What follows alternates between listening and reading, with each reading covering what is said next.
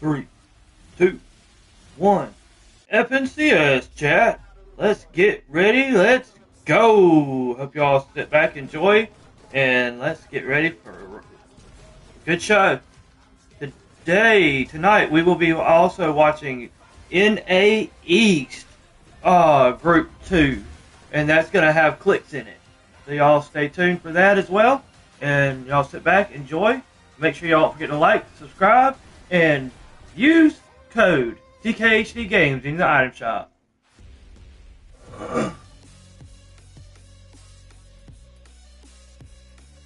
This should end right about the same time that the live event should begin. Hello, welcome to FNCS Major 3 Group 2. I am Frankie Ward, and now I'd like to introduce you to two people who are paid to hang out with me. They are Levin2k and Mini Miner. Levin, I hear you're paid quite a lot. Nah, you must have heard the wrong rumors, man. You know, I do it for the love of the game. I'm here for the passion. It's not about the money over here. You here for me, that guy? Yeah, same time for me too. Yeah, we're here for you. That's why we always play off stream. We're always playing trios together. That's right. When we don't play. You guys are playing trios without me. Let's not talk about that though, because I'm already sad, and I need to explain to you why. Between majors 2 and 3, there was an announcement that shattered the international community's hearts in FNCS because... Sorry, I just need a moment. Seti and Cami have gone their separate ways for the first time since Chapter 2, Season 5. So we thought we would use this opportunity to pay tribute to them.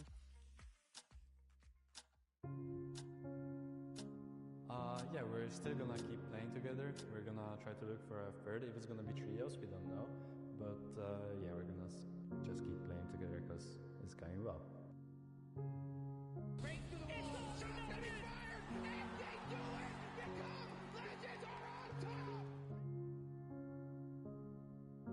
Here we have Kemi and Seti. These guys are used to lifting trophies this weekend. They are looking to add another one to the collection. I'm pretty sure that Kami and Seti will do good, as they always do on LANs. Kind of just have everything scripted. They have the entire game scripted and how they're going to play it. They're always just one step ahead of everybody. Polska Gura, Kemi and Seti, your FNCS Invitational champions are in the building. 11-2K, it is the end of an era. Do you think you're able to talk? Any words for us? Don't know who's cutting onions in here, man. I mean, Mini Miner, why are Sad. you smiling, you psycho? I'm laughing Sad at to see them Levin's go. comment. It's all right. It's sad. It's a sad moment. You know, it's like they were part of the furniture, man, and the furniture's gone in different rooms now, and I don't know what's going on. It don't feel right. Yeah. It don't feel right, you know? So why don't we talk about the illustrious career of these guys? Obviously, most notoriously, they won the FNCS Invitational in 2022. That was back in Chapter 3 after Queasy and Vedo hot dropped them, and they managed to hold off the opposition.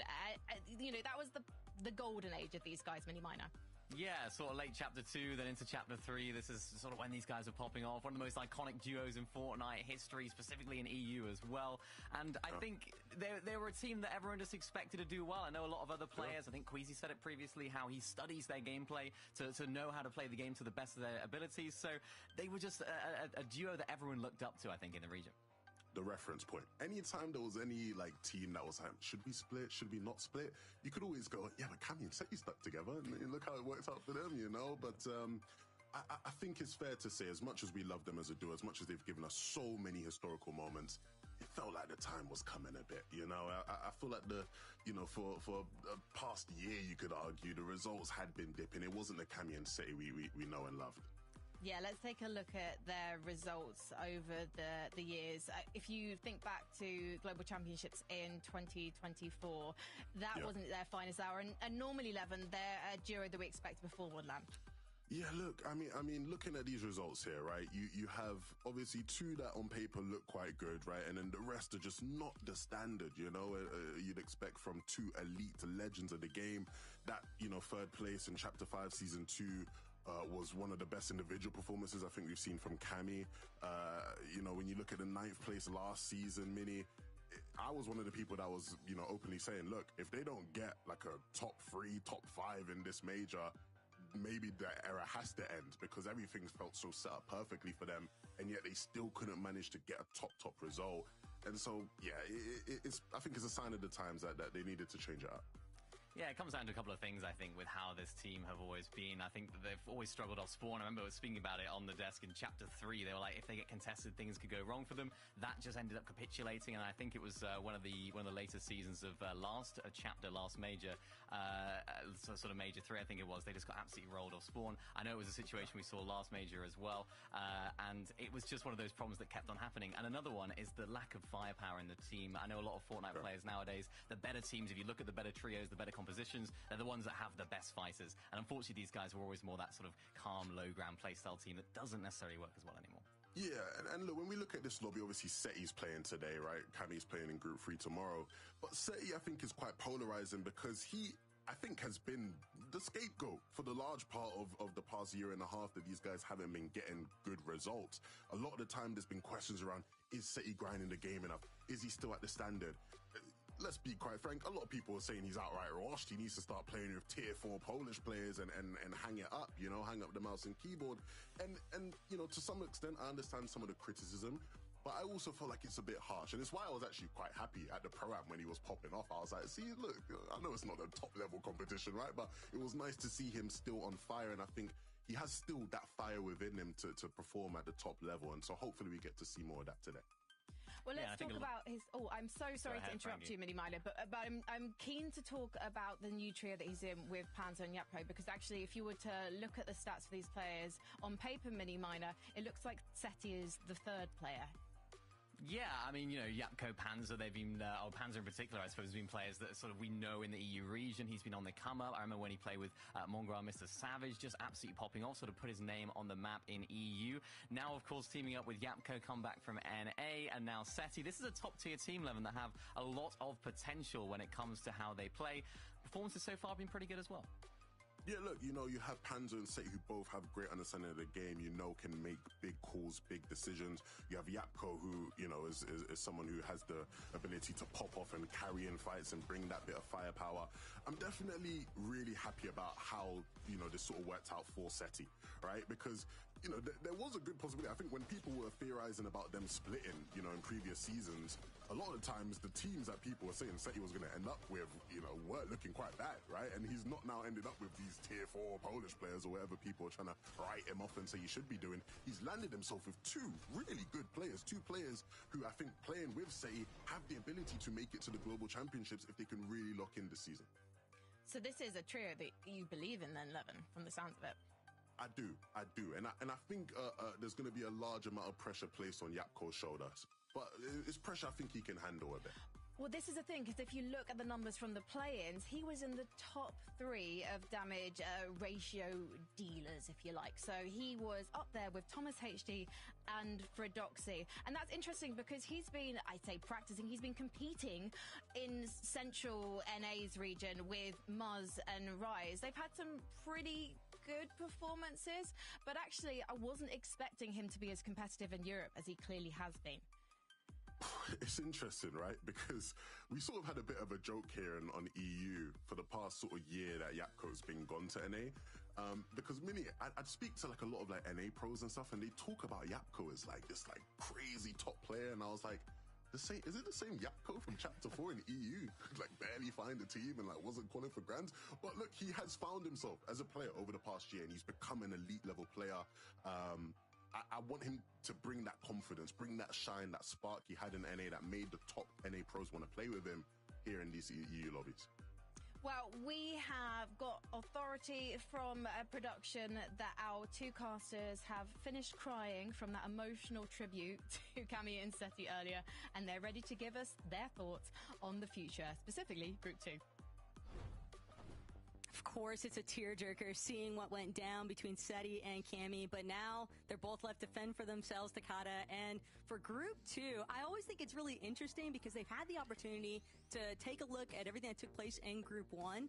And not only that, but even some interesting elements coming into play, like teams coaching each other throughout the process.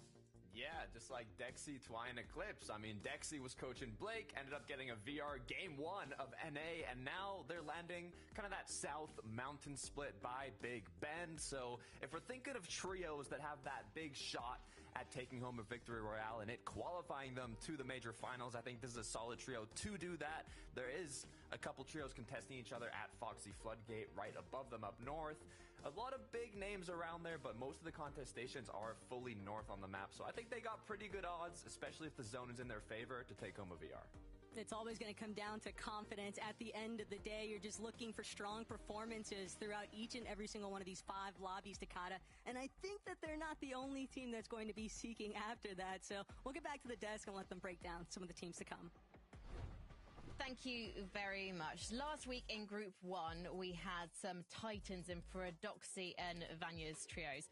This week, though, in Group 2, you should not be sleeping because we have got some serious firepower. One of those trios is Demon's Diamond Picks. They did qualify for Global Championships in Lyon last season, which means they're coming into this with nothing to lose. But it's rare they lose, Levin.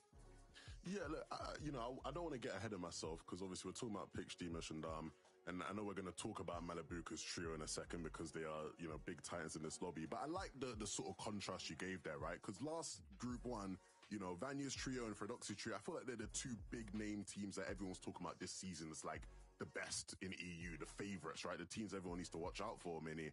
And people need to remember, when it comes to last season, it was actually the 2 titans in this group, Deemish, Pix and Dom, and Malibuka's trios, who were like the best on each individual day, right? It was actually, obviously, Malibuka, their team blew out the competition day 1, and Deemish, Pix and Dom had the best points on day 2 of last major finals. So as much as maybe their performances in the season so far this season haven't been as inspiring and has led people to believe they are going to be a favorite, with the rise these guys have had over the past sort of, 6 to 8 months, you cannot count these guys out as being a team that's going to, threaten for the championship.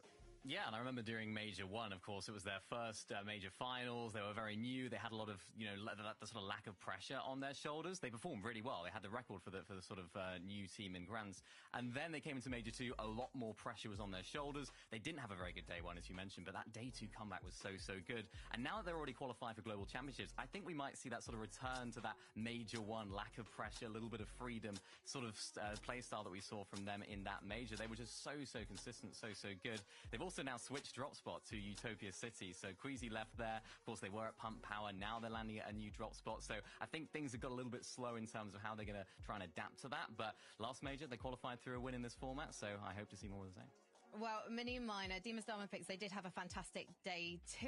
Malibu and Rox and Ping, they had a fantastic day 1 in Major 2, but day 2, the Vico, Veno, Flixie Pain Train came along, and they kind of cancelled out each other's chances. I have a feeling they might have learned from that now, Mini. They're not going to be tripped up this time round. Yeah, it was one of the amazing majors that we got to watch, the finals. I mean, unfortunately, it was at the expense of Malibuka, Watson Ping, who were doing so great on day number 1. They looked unstoppable. And then, of course, they got stopped by a team landing on them in Vico, Veno, and Flixie. It was quite unlucky, I think, Levin, for this team, because they were just playing so well. I know historically as well, we've spoken about Malibuka maybe sort of falling off as the year goes on, as he's already qualified to the Globals, and it's happened previously as well. I don't expect any of that today, though. I don't expect any of that this season. Landing at Demon's Domain, just a really solid drop spot that they seem to know really well as well. So these guys are still a top tier team in the region. Yeah, absolutely. I think when you're looking at these guys, you're expecting them to pick up a win at some point today. It's funny, I think last season I described them as like the boringly good team because there weren't that many people that were predicting them, I think, to do as well as what you would have expected because, you sort of watch them and you're like, they're just really good, like it's almost boringly good. And I know, Frankie took that the wrong way and thought I was saying they are boring to watch. No, not at all. They're incredibly exciting to watch, right? They're a very fun team to watch. And I think they'll be a fun team to watch in this lobby. And hopefully, they give us a couple of games of wins, or not wins, sorry, a couple of good games before they get the win. Yeah, you hear that, Mally? Levin doesn't want you to win too quickly, but I mean, it feels like it's a given that they are going to pick a victory royale up sometime tonight. The thing about this trio, I wonder, is their Achilles heel stubbornness? Given that they didn't want to move away from Lone Wolf Lair in that final that we saw it in Major 2, I just kind of wonder. Yo, what's up, Alex? How you doing? To make some adaptations in this one. They probably won't, I guess. They're top of the competition, 11. Yeah, I mean it's different, right? It's different when you're conned in you know a group stage, or when you're conned even in the finals by like just any team in the lobby, right? When you're up against you know Venovico Flixi, there's almost a bit of pride and extra mental games that go into it that makes it a bit harder for you to just outright dip and leave. So yeah, I wouldn't be too worried about that here. We'll see how they fare. I think these guys should get through this lobby with somewhat ease. All right, I'm gonna ask a very quick question. In fact, I'm gonna ask it to the casters. Okay, Demas Dom and Pix versus Malabuko Vox and Ping. Who wins in this highly hypothetical off-spawn battle? Ooh, off spawn. Okay, that's a difficult one, Frankie. I'm not sure they're gonna encounter each other off spawn immediately, but I do like the question because I would expect to see both of those teams in the end game.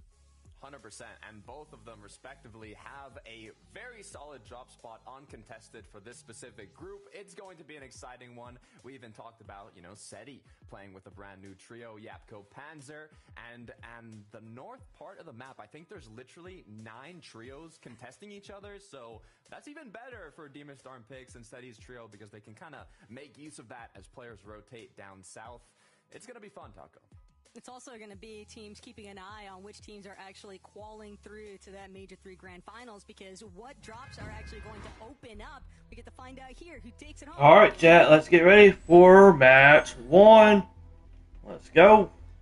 The stage is set. 5 games to be played out throughout the day. 5 going to be qualifying for the Major Finals through a Victory Royale, and 5 through that consistency leaderboard. Let's get into it. Kind of overbearing already at Flooded Frog. Several teams looking to try and get the upper hand. Turtle just going to continue wrapping around. Overhead view. Turtle. Be really careful. Might not even be fully aware the trouble that lingers overhead. Instead, things getting too active underneath. Marco left to scramble. Going to get a little bit of backup from Turtle. Enough time and space to also pop regen some of those shields. And Turtle and Alex trying to provide a better angle. Actually going to be the first one to be taken out here. Max Nada doesn't stand a chance. And that is as clean as you could hope for with the Ospawn drop initially. Flooded Frogs has been contained by Marco. That's a way to close out the start of the day. I believe it was Group 1 that we saw 2 Victory Royales come through Flooded Frogs. So seeing that Andalex, Marco, and Turtle were able to finish that fight quickly, avoiding any potential third parties, you know, maybe we'll see a repeat, bit of deja vu from Group 1. But down at Outpost, not as much action going on, but potentially soon. Teams are often pretty content to split this drop at the starting point, Takada, but it's probably going to take possibly another lobby or 2. I would expect one of these teams to begin putting on a little bit more pressure, a little bit more firepower. Snazy going to be forced to disengage. Odin just a little bit more proactive with finding that initial surge damage. Both these teams still just trying to figure out their next angle of approach here. And again, the action just continues across the map. And Alexis team, we saw them clean up that initial fight. So now Takada, they just got plenty of time to clean up what remains inside of this POI. As they see another trio kind of trying to contest the Spire. After you already have those eliminations off the start, as you can see, you know, when the opportunity arises, you can go for more, but what I'd be focusing as a trio here is, you know, getting that mobility. You've got a good amount of loot, you've got a good amount of damage from the start of the match. What's next up on the list is trying to secure that mobility, and one of the ways is to claim those Spires. Not only do you get your hero rank up from taking out those NPCs, but also you have good potential to get a lot of the core mobility items for this season, so I'm not surprised that they don't really want to take too many risks here playing aggressive, but at the same time, you want to make sure you get that loot. Having the luxury, though, of just being uncontested, that's something that Malabuka, Ping, and Wox are sure to always take advantage of. And being at Demon's Domain, regarded as probably the strongest POI this season, Takada, what are some things that you would kind of expect them to focus on in this match to find that level of success? I mean, what's good about Demon's Domain is, you know, if you get that medallion, you're going to have basically infinite shield, or at least up to 50, so for getting tags, they can always play a bit extra aggressive, take those more risky trades back and forth. but it also means they don't have to play as aggressive as they want. If they don't want to, they can go more for that long range back and forth. But we were talking about them, Dexy, Eclipse, and Twy. We thought it would be funny, you know, Dexy coming from coaching Blake and NA to the Game 1 win. If now they are able to get a Game 1 win on EU, that would be cinema. That's always the dream. You can replicate that first lobby success and just kick back and watch what everybody else is left to kind of figure out. Eclipse, though, gonna just opt to overtake the high ground for right now. Wants to keep an open angle on his teammates, but has to immediately drop, just ding for all of his shields.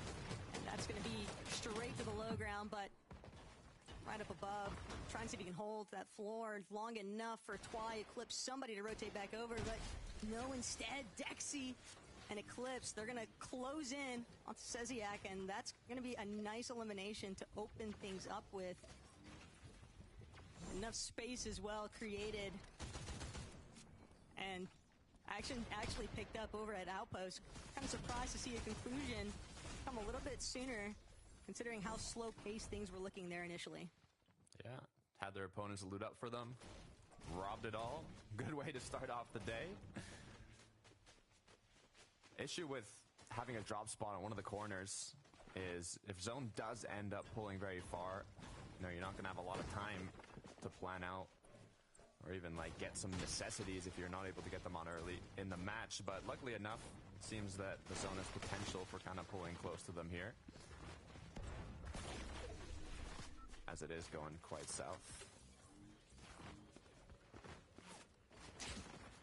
Pretty expected, though, for Analyx's team to kind of stick around there at Flooded Frogs, look to just control some of those teams that are a little bit pushed more towards those northern fringes, just making it difficult for anybody to really wrap with them, because they don't have to leave Flooded Frogs immediately. They know that they've got teams trying to approach them, but Orc on Analyx, they're more down to just try and hold them back. They want to keep those teams on the outskirts. Contrary picking up. It's a surge-based trade out there. Yeah, okay. It was a long range knockdown. Not too much aggression gonna come from that one. At least not at the start. Despite getting that knock, most teams have the discipline to not compromise their positioning. Cantry maybe second guessing whether or not he wants to keep taking these exchanges, but Andy and Atmo are also receiving about as much damage as they're dishing out. But from this kind of distance, it's going to have to be a third-party intervention before things really kick off between those two. Yeah. Boom! A name I know, Malabuka. Let's see what we got here. In the second zone instead of fourth. In terms of island spawns, it's most likely to get this island spawn kind of more in the center of the map. So, being a Demon's Domain, when they're rotating up through zone, a majority of their matches, they should be able to claim it if it's not contested beforehand. And you know, it's a good way to get a medallion, a bit of extra loot, even some damage on the teams below them. It's those teams underneath that you have to be a little bit more concerned for, especially with a team like Malabuka's holding the high ground, but a chunk of surge basing is going to continue to carry a lot of our early game portions. Kylie just trying to keep tabs on those teams located a little bit further north towards Supernova Academy. And as these teams start transitioning into more edge zone, center zone positions, and this is something that Kylie is going to have to keep an open eye for, is don't want to lose all of your shield every single time, burn through a lot of your resources before that mid to end game really starts to pick up in pace. Trip doing what he can as Hellfire and Strapped already up above, kind of trying to hold teams back from rotating in. You always want to be doing something as a trio, and if you've got two of your members already kind of trade insert or taking shots back and forth, doing what you can, it's always good to have the other teammate trying to get extra heals, trying to get extra loot, or even hard materials so you don't have to focus on it as much later on. Can expect every single hill, every single mountain peak to contain one of these surge bases overhead, though. Robot faded, Ziandi also just trying to get a good measure to see how much surge damage they can actually accrue, but we're seeing players consistently lose the entirety of their shield. It's just that these bases are so spread out that it's not really possible for a team as far away as the ones that like Ziandi and Robo have been taking shots at to possibly follow up on those shield breaks. And it is going to raise those surge thresholds, though. I would expect Takada, and that could become really problematic, especially with the way that we've seen some of these zones even pulling over water, pulling over elevation shifts. You have to worry about maintaining a ton of damage on top of all that. Just gets so chaotic. Detrimental for a lot of the trios that, you know, don't have the positioning to kind of take those shots back and forth. Seti, Yapko, Panzer. You think this trio is going to qualify through consistency or get a win, Taco? On paper, would like to see this team get a win versus consistency. Just because that's what they look like. They have more than enough potential for, but Mixin, Opal, got their own battle hanging over their heads right now, kind of sandwiched between a handful of different teams, and they're going to actually utilize some of the misforms, hugging around some of the natural terrain too, trying to preserve as much of their mats as possible, but they might end up having to just go onto a head-on battle here, Takada, if they want to really find an open space rotation. Yeah, a lot of trios in front of them. They could take a bit of time, though, so a lot of environment, too, they can use to kind of cover themselves as they rotate. Not in any sort of panic yet. Pumped power. I mean, also looking pretty chill. I'm just curious to how much damage this trio actually has. They've got more than enough heals to outlast the storm here and get in late, but my concern is after the fact. How healthy are they going to be kind of for that later half of the mid-game? Taking early storm ticks to be able to focus on a dead side positional wrap, always a good choice. Fincheck, Cantry, though.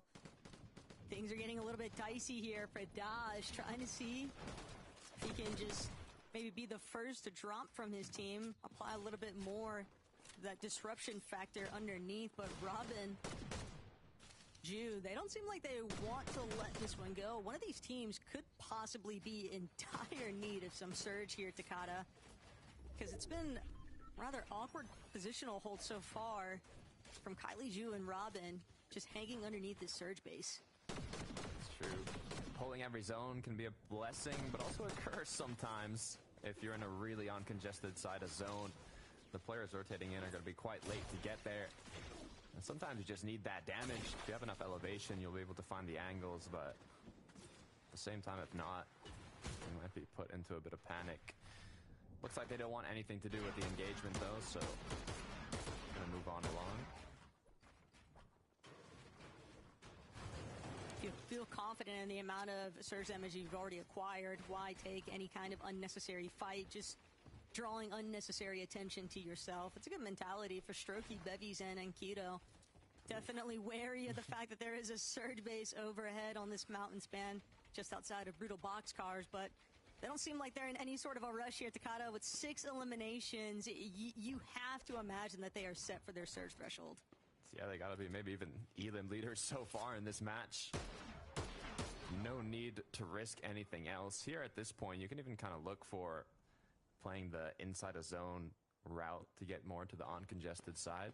Demon Storm picks. This is one of the trios that are fully uncontested, so they're going to choose to do more of those kind of safe long-range surge strategies, especially if you have trios rotating in, kind of position themselves to where all those trios up north that contested each other have to rotate in from, instead of, you know, pushing themselves further and further to the center of the zone. They want to kind of make use of those trios that have to rotate in and get that damage before they set themselves up perfectly for the next zone. scary trio to try and deal with, though. They've made it evident that they are proficient at both high ground takes and low ground holds. X-Ray, Nero, Chris, another team kind of just hanging around fringes of brutal boxcars, but they might have to clash with a separate trio. It's looking to kind of infringe upon their current position. And they'll hold it, but you always have to remember anybody could come dashing through at any moment. So it's always just best to keep at least one or two members kind of on that red alert. Look at the loadout here from Lennox and his trio. Got a couple dash sprites left over, but a lot of open inventory slots. They've seemed to have had a bit of a difficult start to this match. Might have to rely a little bit on a French beater bot. Wow, that's funny. Feel very comfortable.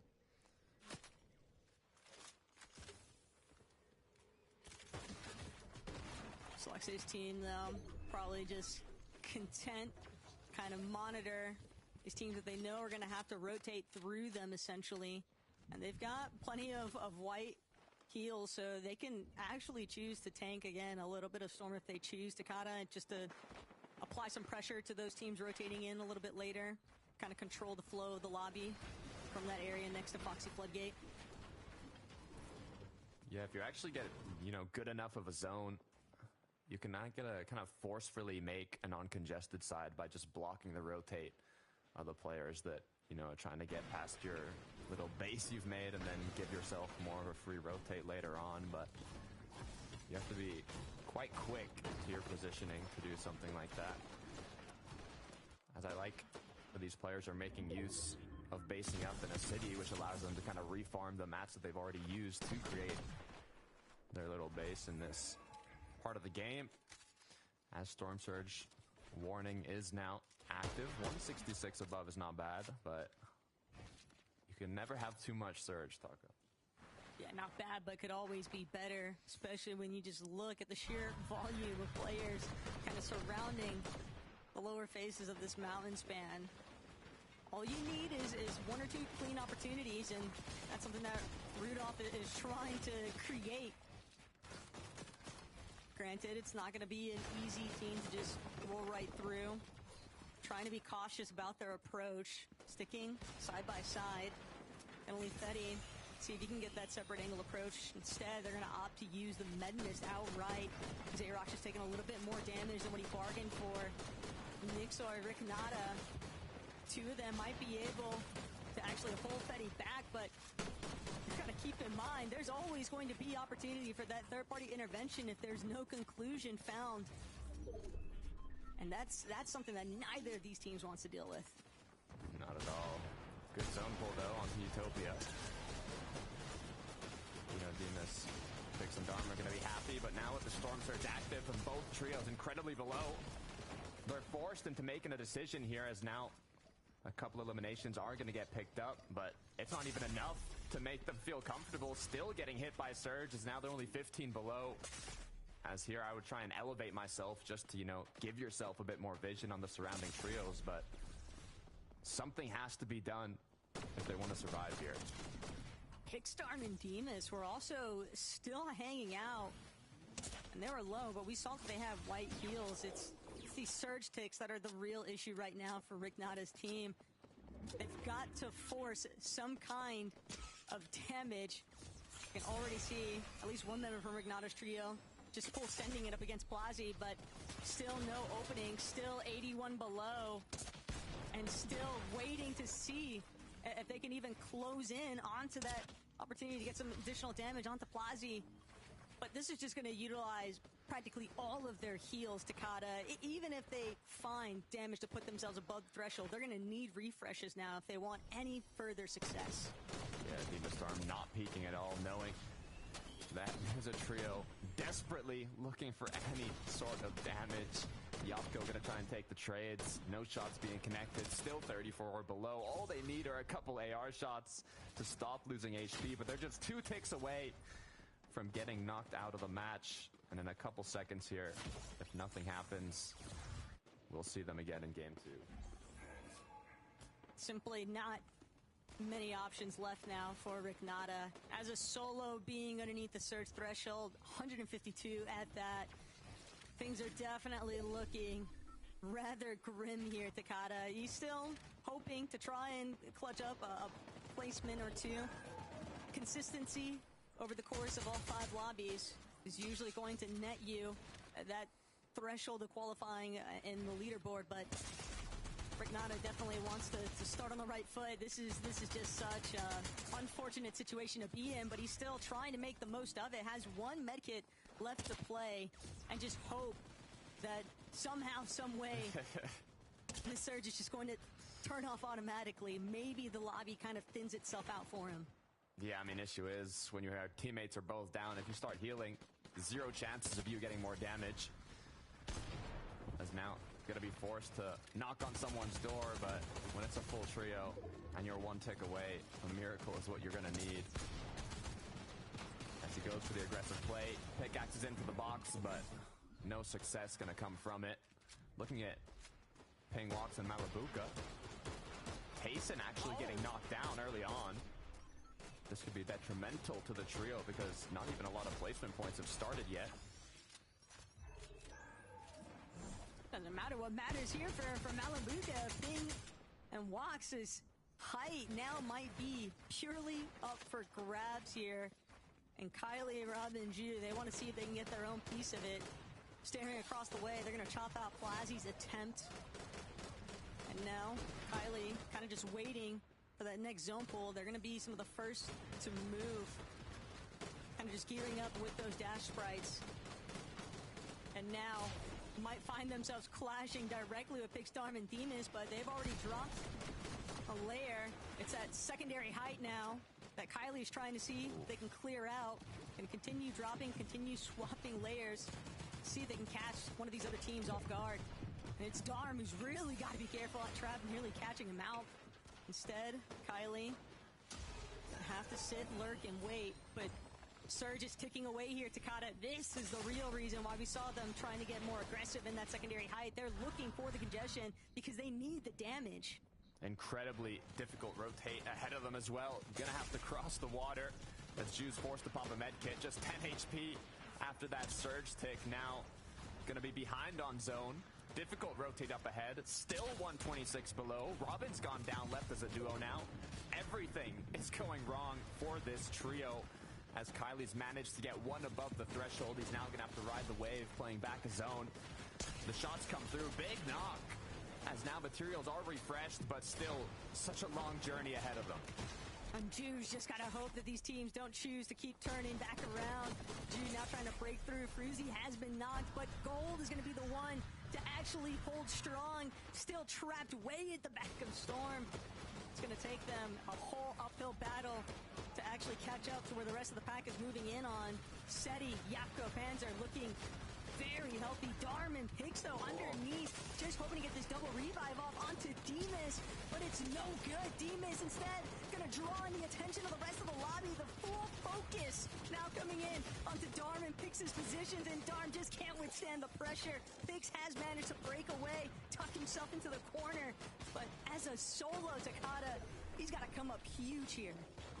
From having the zone pull very close to this trio's original drop spot, to having no more materials after the first moving zone, the trios up above is going to be Snazy and Co.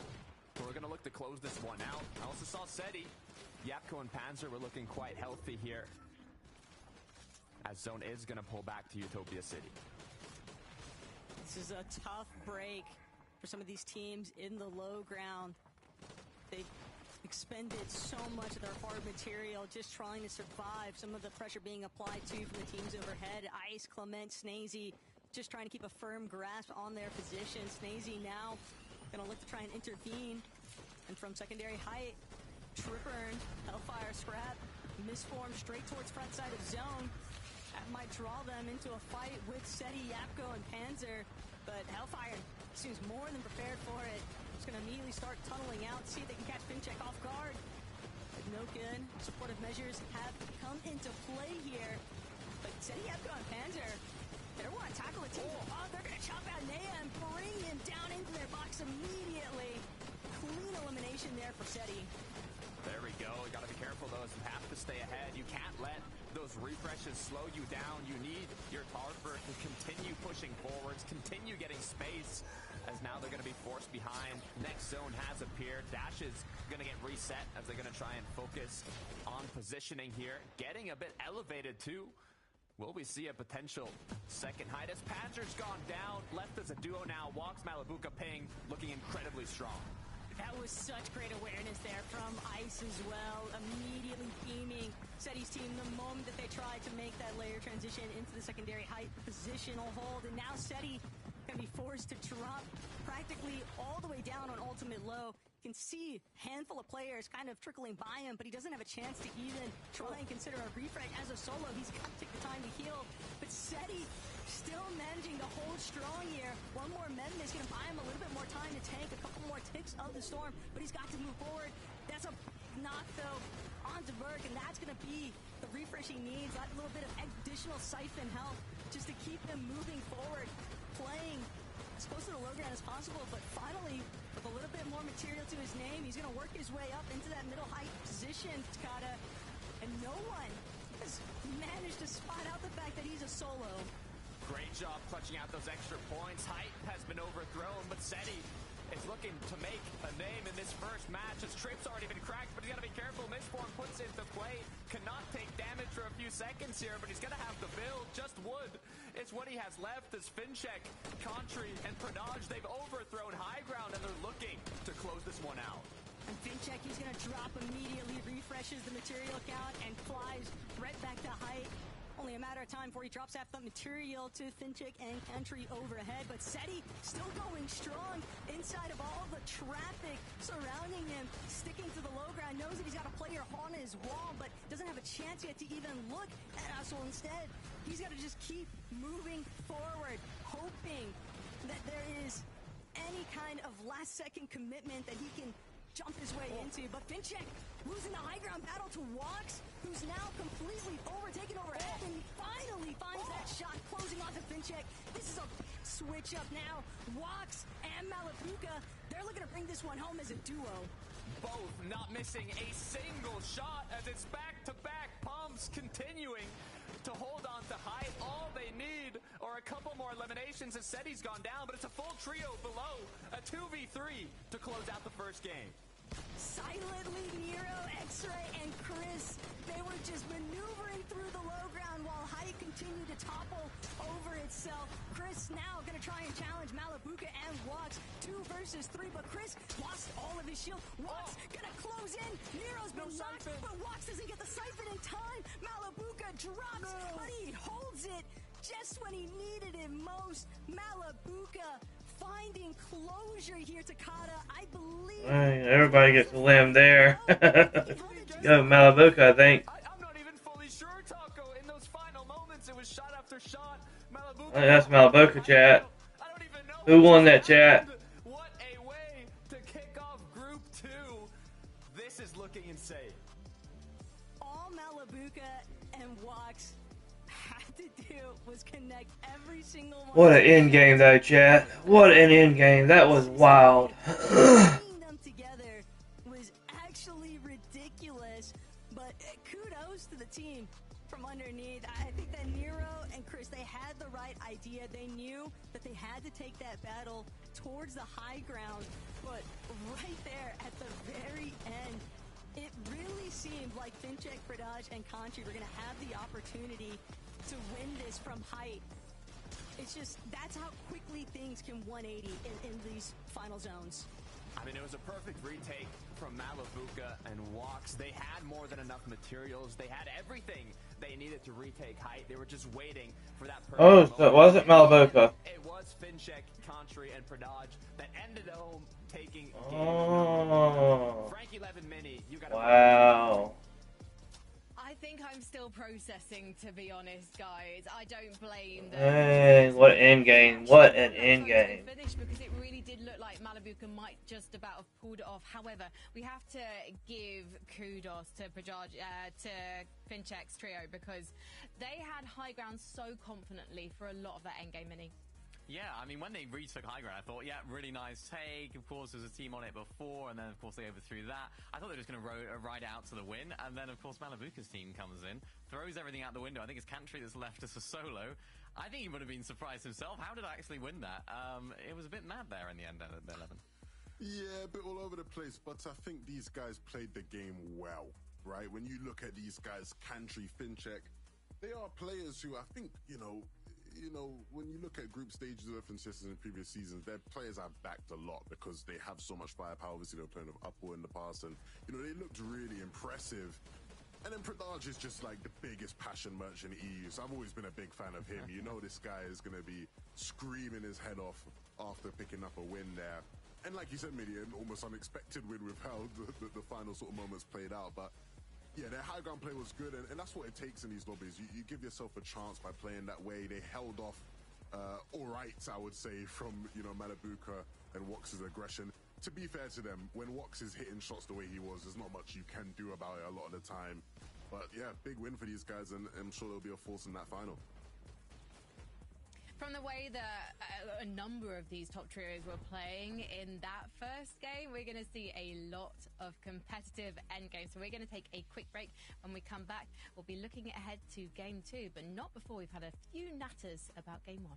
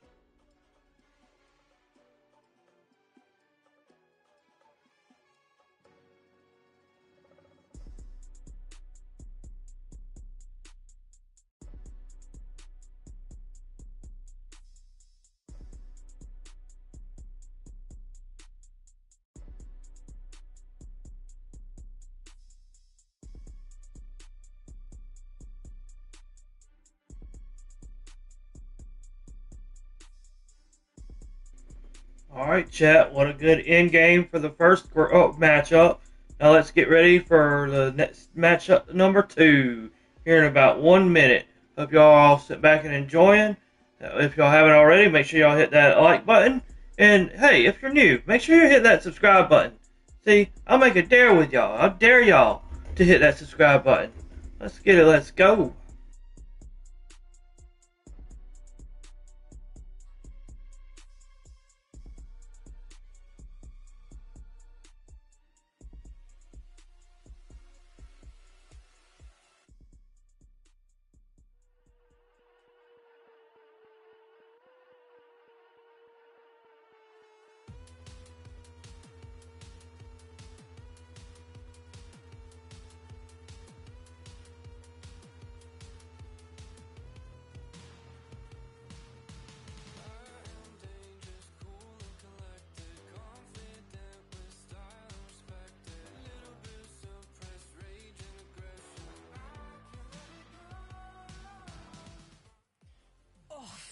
Utopia City is a cruel mistress when it's the location of the end game. That water was very hot in those final moments for our trios, but we did have ourselves a banger of a game one.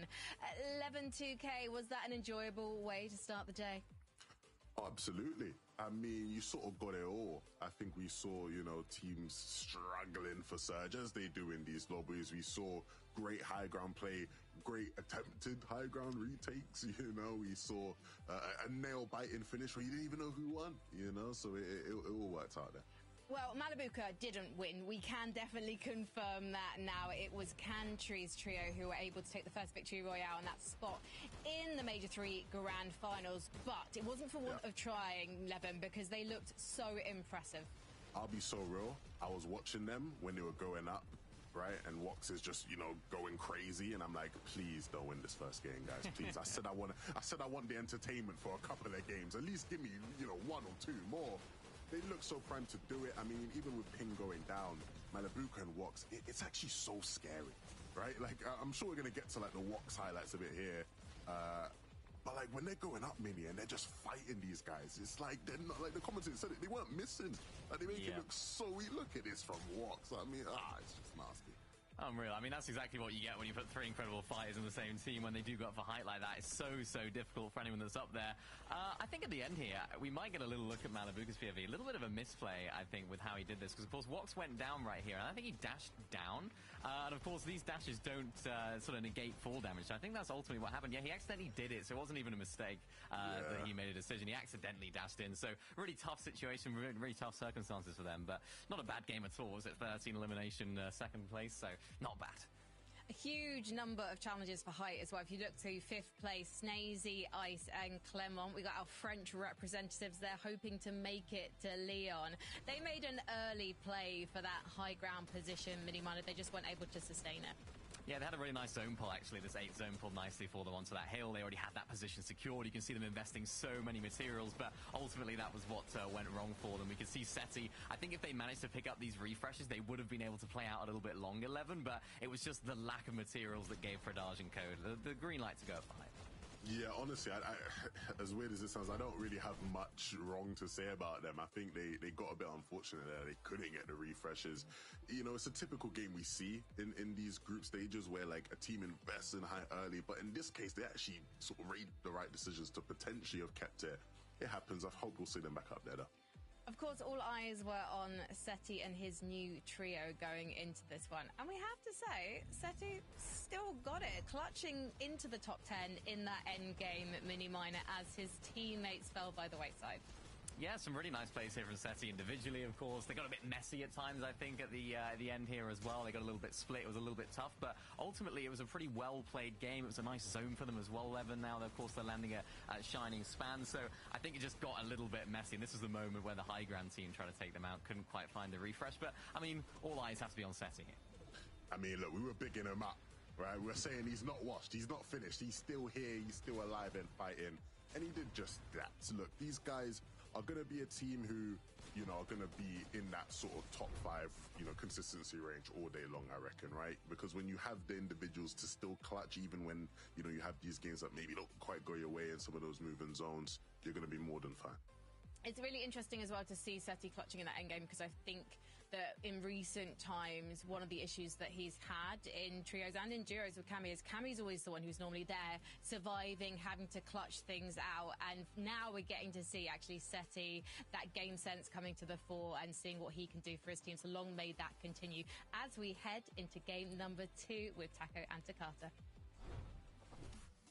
I'm excited, though, Takata, to see what takes place at Pump Power now, knowing that Predage's trio has found that Game 1 success. They've already punched their ticket to the Major 3 Grand Finals, but now some of these other teams in the lobby, they didn't like how Game 1 shaped up. Maybe they try to take a look at Pump Power instead.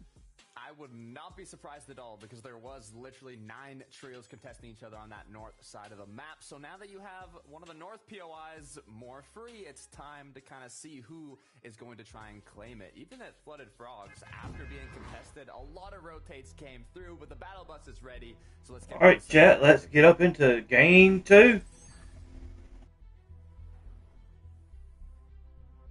And you can expect that for some of these teams, you know, you maybe got the game one jitters fully out of your system.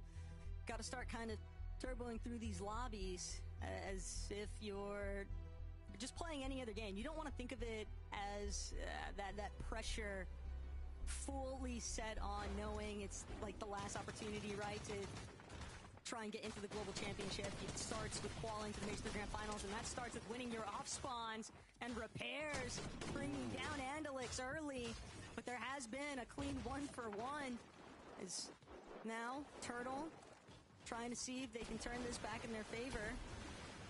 Darkly underneath, Xnata and repairs. Got the bulk on the slurp barrels. And they want to keep this fight rolling here, Takada, but it might come to a little bit of a pause here. Turtle and Marco were so split from each other, too. Yeah, not looking good, honestly. Turtle, if he makes it out of that, I'm going to be impressed as we look at Supernova Academy. And Kidoi. Kind of chilling. I did see on the feed the Turtle went down, so we'll see how that kind of ends up for them, but... Oh, this was fast, though, for Bevies.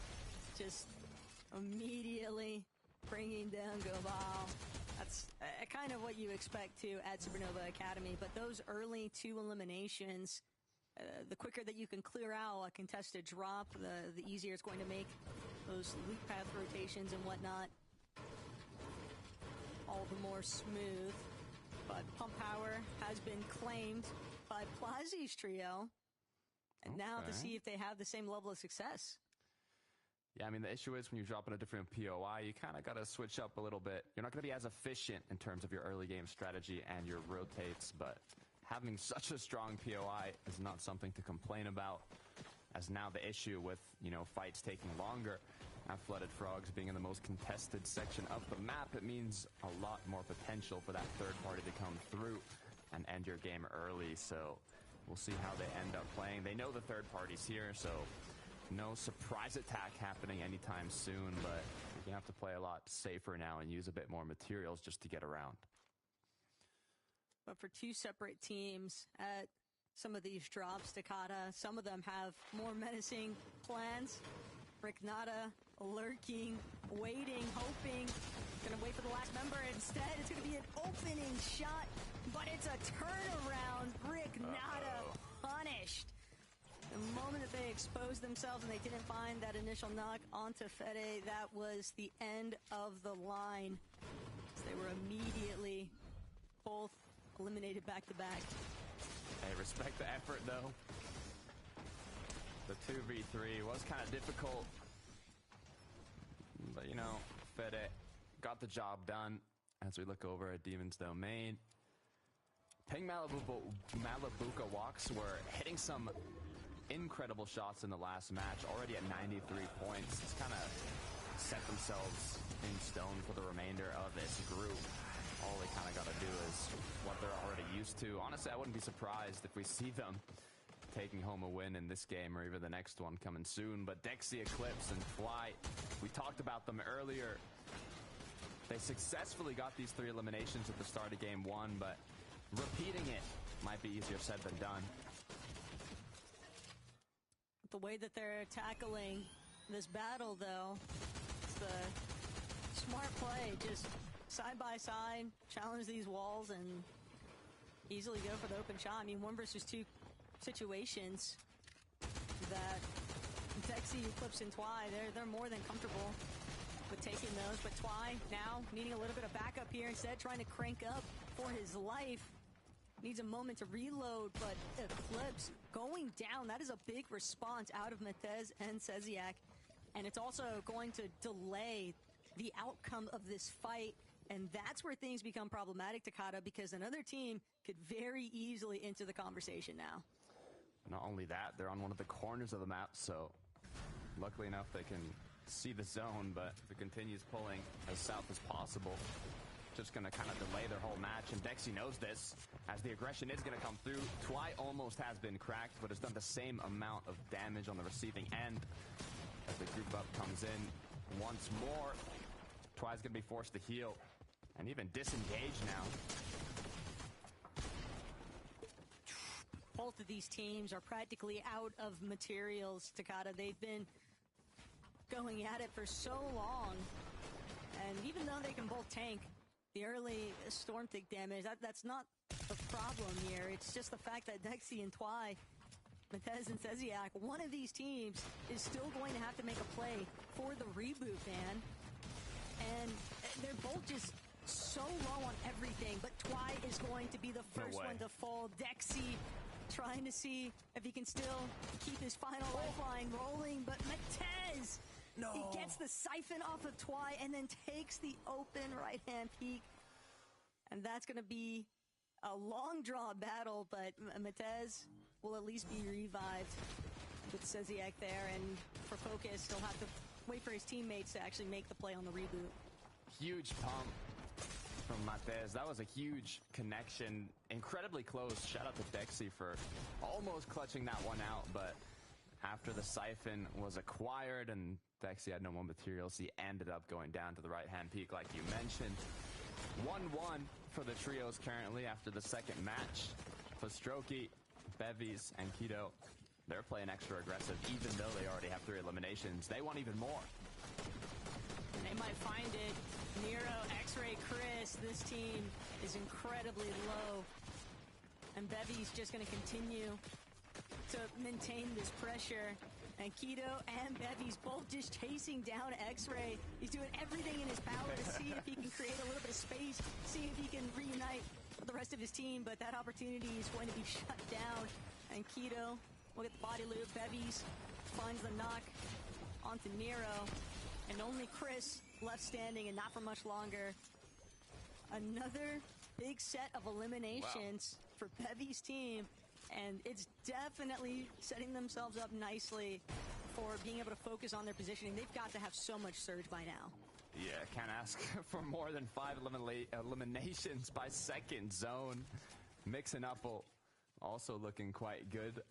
We'll see where this zone ends up pulling, but so far the loot has been acquired, and I'm curious to see how much mobility they have. The issue with kind of that surfboard is it's really easy to get tagged when using it, so you don't really want it as a late game mobility item. It's good now in the early game to kind of, loot, make sure you're efficient in your pathing, but later on you either want the dashes or the mist form, so hopefully they'll continue to kind of find some of that as the game goes on. Big emphasis on just looting up right now from most of our uncontested teams. Seti, Yapko, Panzer.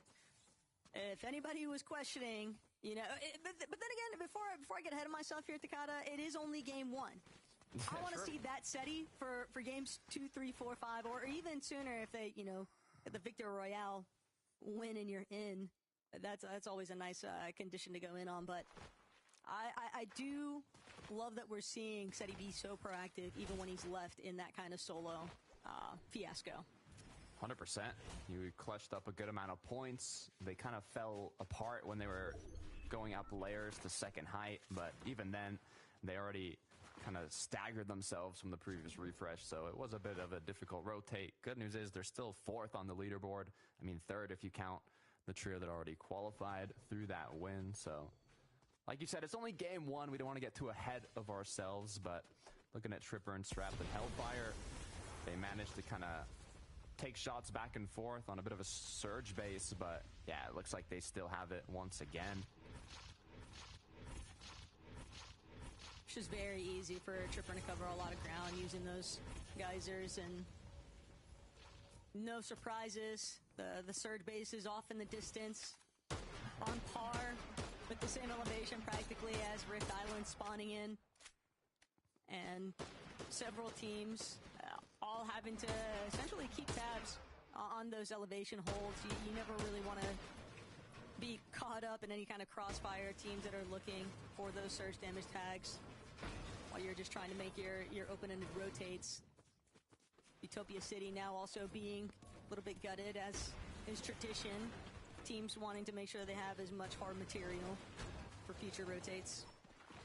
Yes, it's interesting to me, as you saw from the stat, DMS picks Darm won the most games out of any trios in the play-ins, and they even pulled zone towards Utopia City in the last match. But even then, I was thinking to myself, okay, they've got to have a bunch of materials. I mean, they literally pulled zone to their POI, but then when we panned over to them, I think the only person that had mats was Demus. Both of his trios literally went down to having 0 materials, so I wonder if it's kind of that blessing curse that they just didn't have enough time to look for Surge. They were forced into some fights. Hopefully it's not a repeat of game 1 and they can get a bit further this time around, but back to Outlaw Oasis. Not too much pressure on the trip. It's wrapped in Hellfire. Maybe not directly in the lobby just yet, but there is a lot of pressure on this trio to make that appearance in the Major 3 Grand Finals. Such seasoned players, it's almost surprising to think that so much of the competitive conversation is kind of steered away from their direction. And so this is a really big opportunity for not just them, but all of these teams. And Mekez saw him at the start of this match, coming up clutch and finding yet another victim. And Faded and Focus actually going to be the one credited for that elimination, but this is a big commitment to spend that much time sitting inside of the storm, hoping to catch a straggler that was obviously looking for that reboot ban opportunity. Yeah, I believe they were also on the cutoff of qualifying through consistency, the trio they just took out, so it's going to be a bit of a hiccup for the upcoming matches. Robin, though, Kylie and Ju, no eliminations on the board. Said, we want to get a bit of damage here. The zone has pulled close to them. It's going to give them a bit of relief as well. They can play this slower if they have to. No trios in sight, but it's always good to double check. Looks like Robin was pivoting. Maybe play a little bit more towards that overhead angle. Tekka, Jasper, Theodore. A lot of pressure being applied right now from Ju and Kylie. Except for wall holds. And Robin gonna see if they can maybe try and catch Tech out, but with the way that Theodore and Jasper are playing this, they are not in any rush to Kata, but the pressure is consistent right now from Ju and Kylie. They clearly want these eliminations.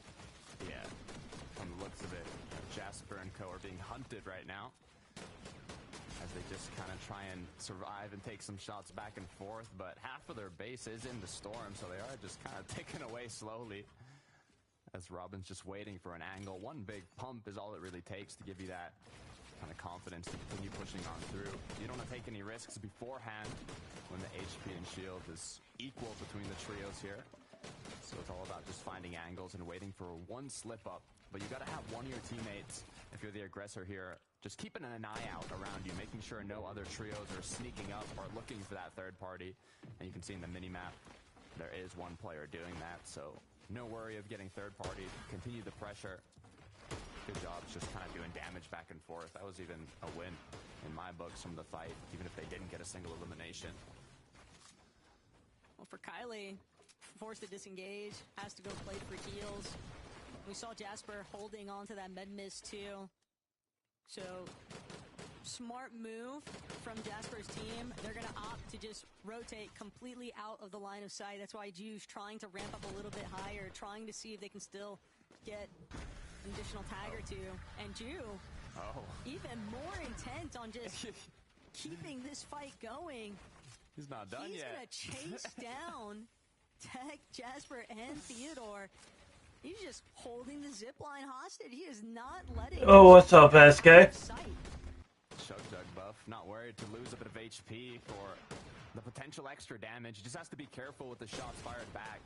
Issue for Tech and co is that they're going to use so many materials just from this one small engagement. As now, not only are they on the lower side of the elevation, but... I think they had, what, like 300 builds, 200 builds, some of them. It's just not looking good at all.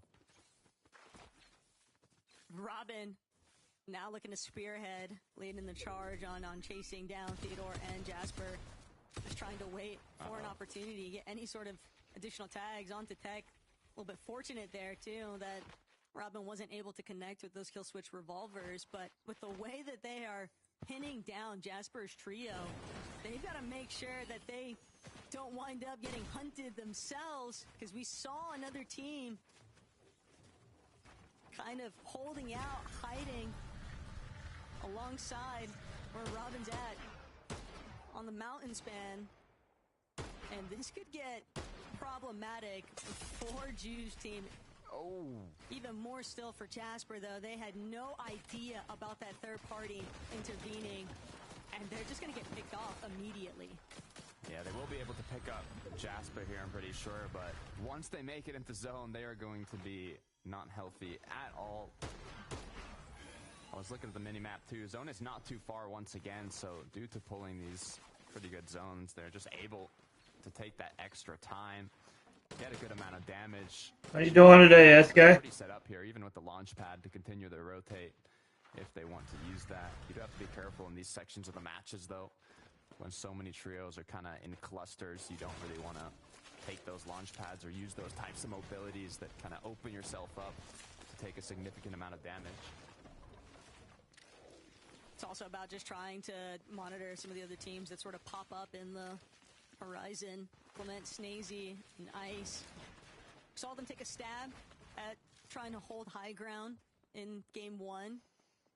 I think things could definitely get pretty interesting when it comes to height if they're one of the teams still left in our late game. And Tayson, Atris Chicho, they're also looking to just get a late game run after having a little bit of an early checkout from the first game. Yeah, I think this is a trio that can have a big match, though. Like, they had a low-point game. They all got eliminated right before placement points started. But when they get that big match, it's going to be massive, is my guess at least. As we look back into the storm once again, 302 below Odin, Hero, not looking too hot.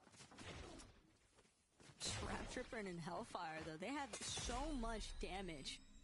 They were really just trying to chase this team for additional material refresh, but so much damage has already been done. All of their shields are just being completely expended here, Takada. They're just trying to survive the surge take damage, but when you are 456 below, you can't spend all of your time just trying to pop these small shield potions, these big shield potions. Eventually, you're just going to lose that battle of attrition. That's 100% the case here. Hero, Odin, Mythics, any of them desperate to try and get a tag or two going, but the problem is they just need so much damage, Takada, and all of these teams rotating in front of them, fully aware of the fact that this team is clearly in shambles. That's why they're trailing behind us, taking shots. It might be too late. It gets to a point where it wasn't right now where it went wrong. It was beforehand when they were forced into an engagement in zone and used all their heals, used all their materials, and now being below, there's not much more you can do in this situation. You can see that the amount of teams that are already holding this congested side as well. If you're late to rotate in, it's not going to go well. Yapko, we can see how they picked up a quick elim onto Ziandi. Bit. Malabuka. Wax and Ping, a little bit more central, but they'll be some of the first to start their next rotate. Sitting 304 above, and they know there's going to be a good amount of teams for the next few seconds that are just going to be surging over ahead of them. Snazy, Clement, and Ice, though, height is the last thing on their mind right now. It is purely for survival, and Snazy won't be able to withstand the lobby focus. Just too smothered. But all these teams, and Chicho, Tayson, Atris, they're doing what they can to continue to apply pressure, clear out pathways for where they want to move next. They have the loot to take these risks, to take these fights, but that's what led to their demise in the last match. So will they think twice about it, as now they have to figure out a way to get to zone?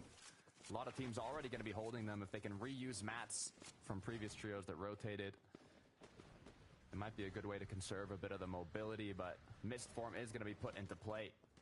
It looks like a clean rotation is going to come through. Yapko, Panzer, Seti. Consistency is what we want to see from this trio. They looked like they were potentially elevating themselves for a height take, but what we'd assumed to see is just, you know, consistent end games, consistent points, and so far it looks like they're going to be maintaining that. They fanned out a good amount of space there, too. And directly next to them, great minds always going to think alike. Malabuko walks and Ping, paste and potentially kick off, but Tripper, Hellfire, Scrap, that plentiful amount of surge damage that they once held on to. Just kind of jumping back and forth, but they're still maintaining above the damage threshold, and that's the real priority here, Takada. But they're going to need a refresh. Those loadouts not looking the healthiest. If they can find a big way to get a refresh going, that could be their in for a nice endgame run here. Ping, Malabuko walks. Also just kind of waiting for the prime opportunity to strike. They're not necessarily pressed, but depending on their white heals, Takada, that'll determine how much of the storm they're willing to tank to try and control front side. Yeah, I mean, zone pulled from the opposite side to where they were, so makes it a little harder for them to control that, especially without using a lot of shield to mats on the rotate. Strapped Hellfire, Trip. You can only get so much damage from trading back and forth. Sometimes you will have to play a bit more aggressive, and it's looking like it might potentially come to that as they're trying to figure out a way to conserve mats and rotate. 16 builds is all that Trip has. Forced to use that last little dash, as now they're going to have to be thinking of how they're going to get a refresh. Trap shooting at the tree and trying to see if he can get any kind of opening onto somebody else, but that last dash not going to take him where he wanted to be. Does find a big return fire, though, onto Nakes. Exposes himself and is immediately brought down for it. That is a huge lifeline that's now been extended towards Tripper and Steam. It's a little bit of material, but it's something to work with when they were practically running fully out. Malabuko walks and Ping also now sitting on this front side low. Kylie, Ju, Robin, forced to move forward. They've been chopped out, but Ping, Malabuka, and Walks, they look like they might just be taking shots onto teams, rotating a little bit after the fact. This is just so awkward right now in some of these low ground layers, Takada, because so many of these teams kind of box and set up in positions that look like they're just waiting for the perfect opening blow, and that's going to be it for Tripper. Demas, Darman picks. Can't say I'm surprised to see that team controlling the low ground. Strapped with only 2 builds, forced to play it as a solo. I don't think there was a single trio that clearly took height earlier, but now it's starting to change up as Strapped has to decide, okay, I got my Chug Jug, I got one more use of my mist form. How can I clutch up as many points as possible as a solo? And it's actually going to be Seti, Panzer, Yapko up in the clouds looking to close this one out. Malabuka, Ping, walks. Those misforms are going to carry them past where Yapko's holding on height currently, but Kylie under so much duress here. Collapsy from the backside of zone, just trying to see if they can break through, but the pressure from height is relentless. Seti and Yapko refusing to let anybody remain untagged. Srapt going to take his final misform towards that front side, just hoping that these pre-existing builds provide enough coverage. But it's only a matter of seconds before he goes down, and sure enough, claimed by the lobby at last. Now Ping, Malabuka walks.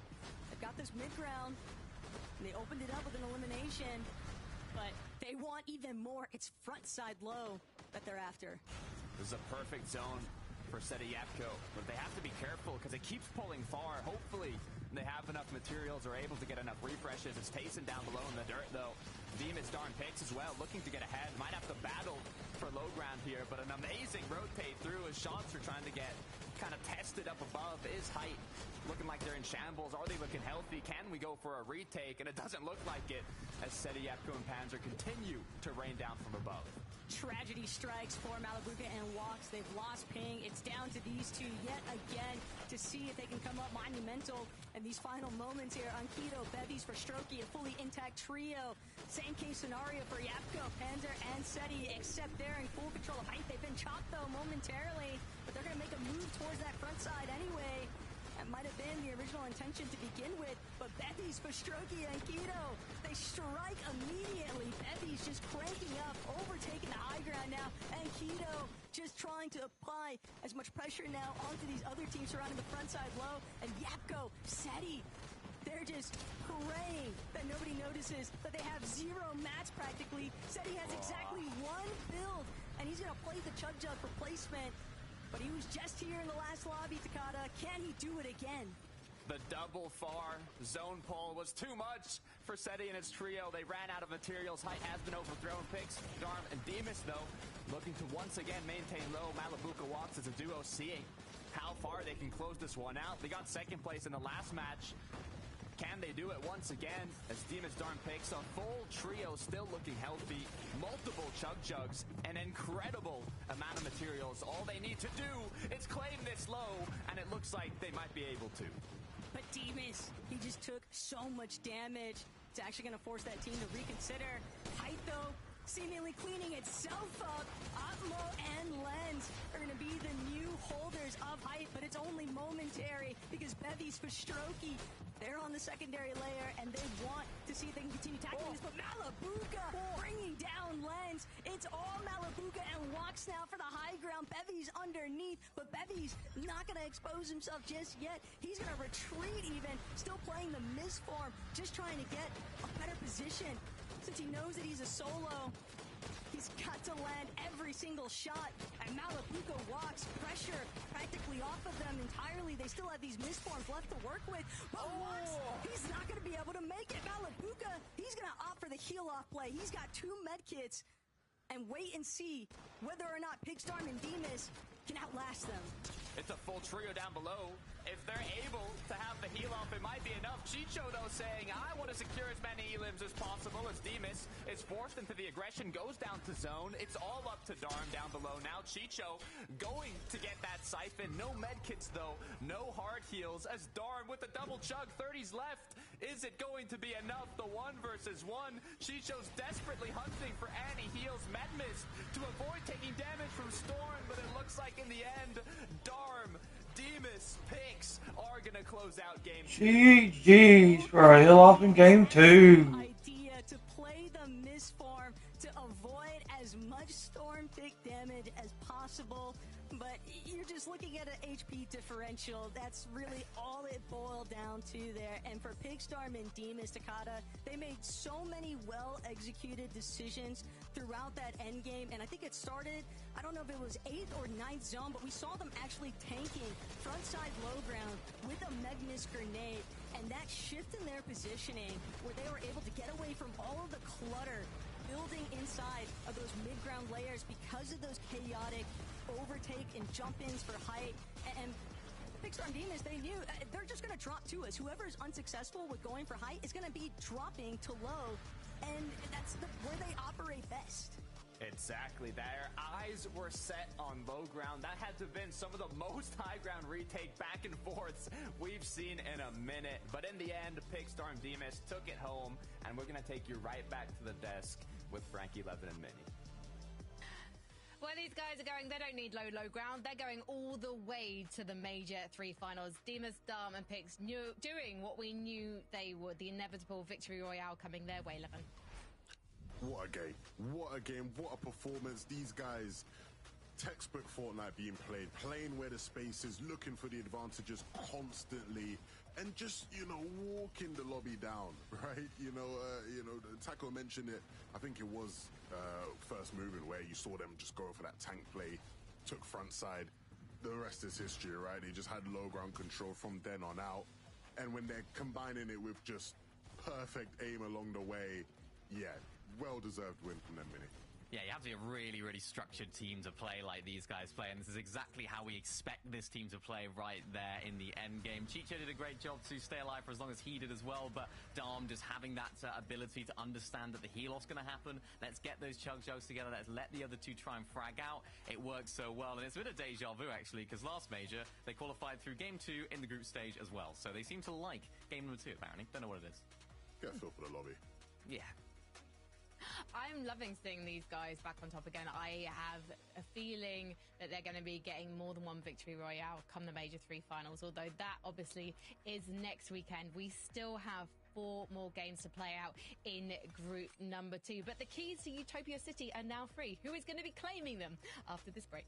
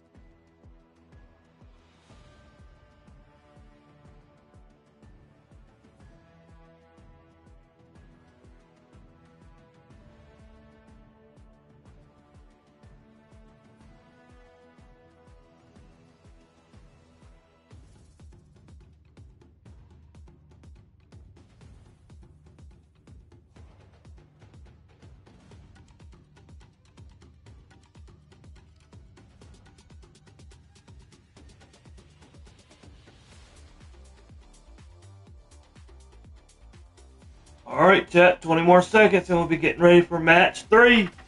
Let's go.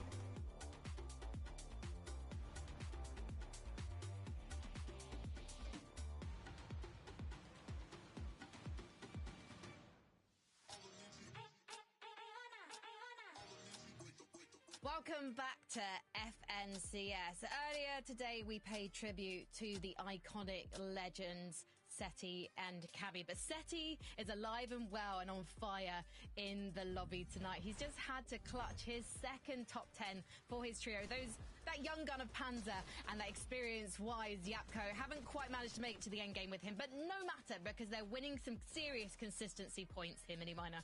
Yeah, they made it to went the end for... game. Yeah, they made it there. Points, yeah.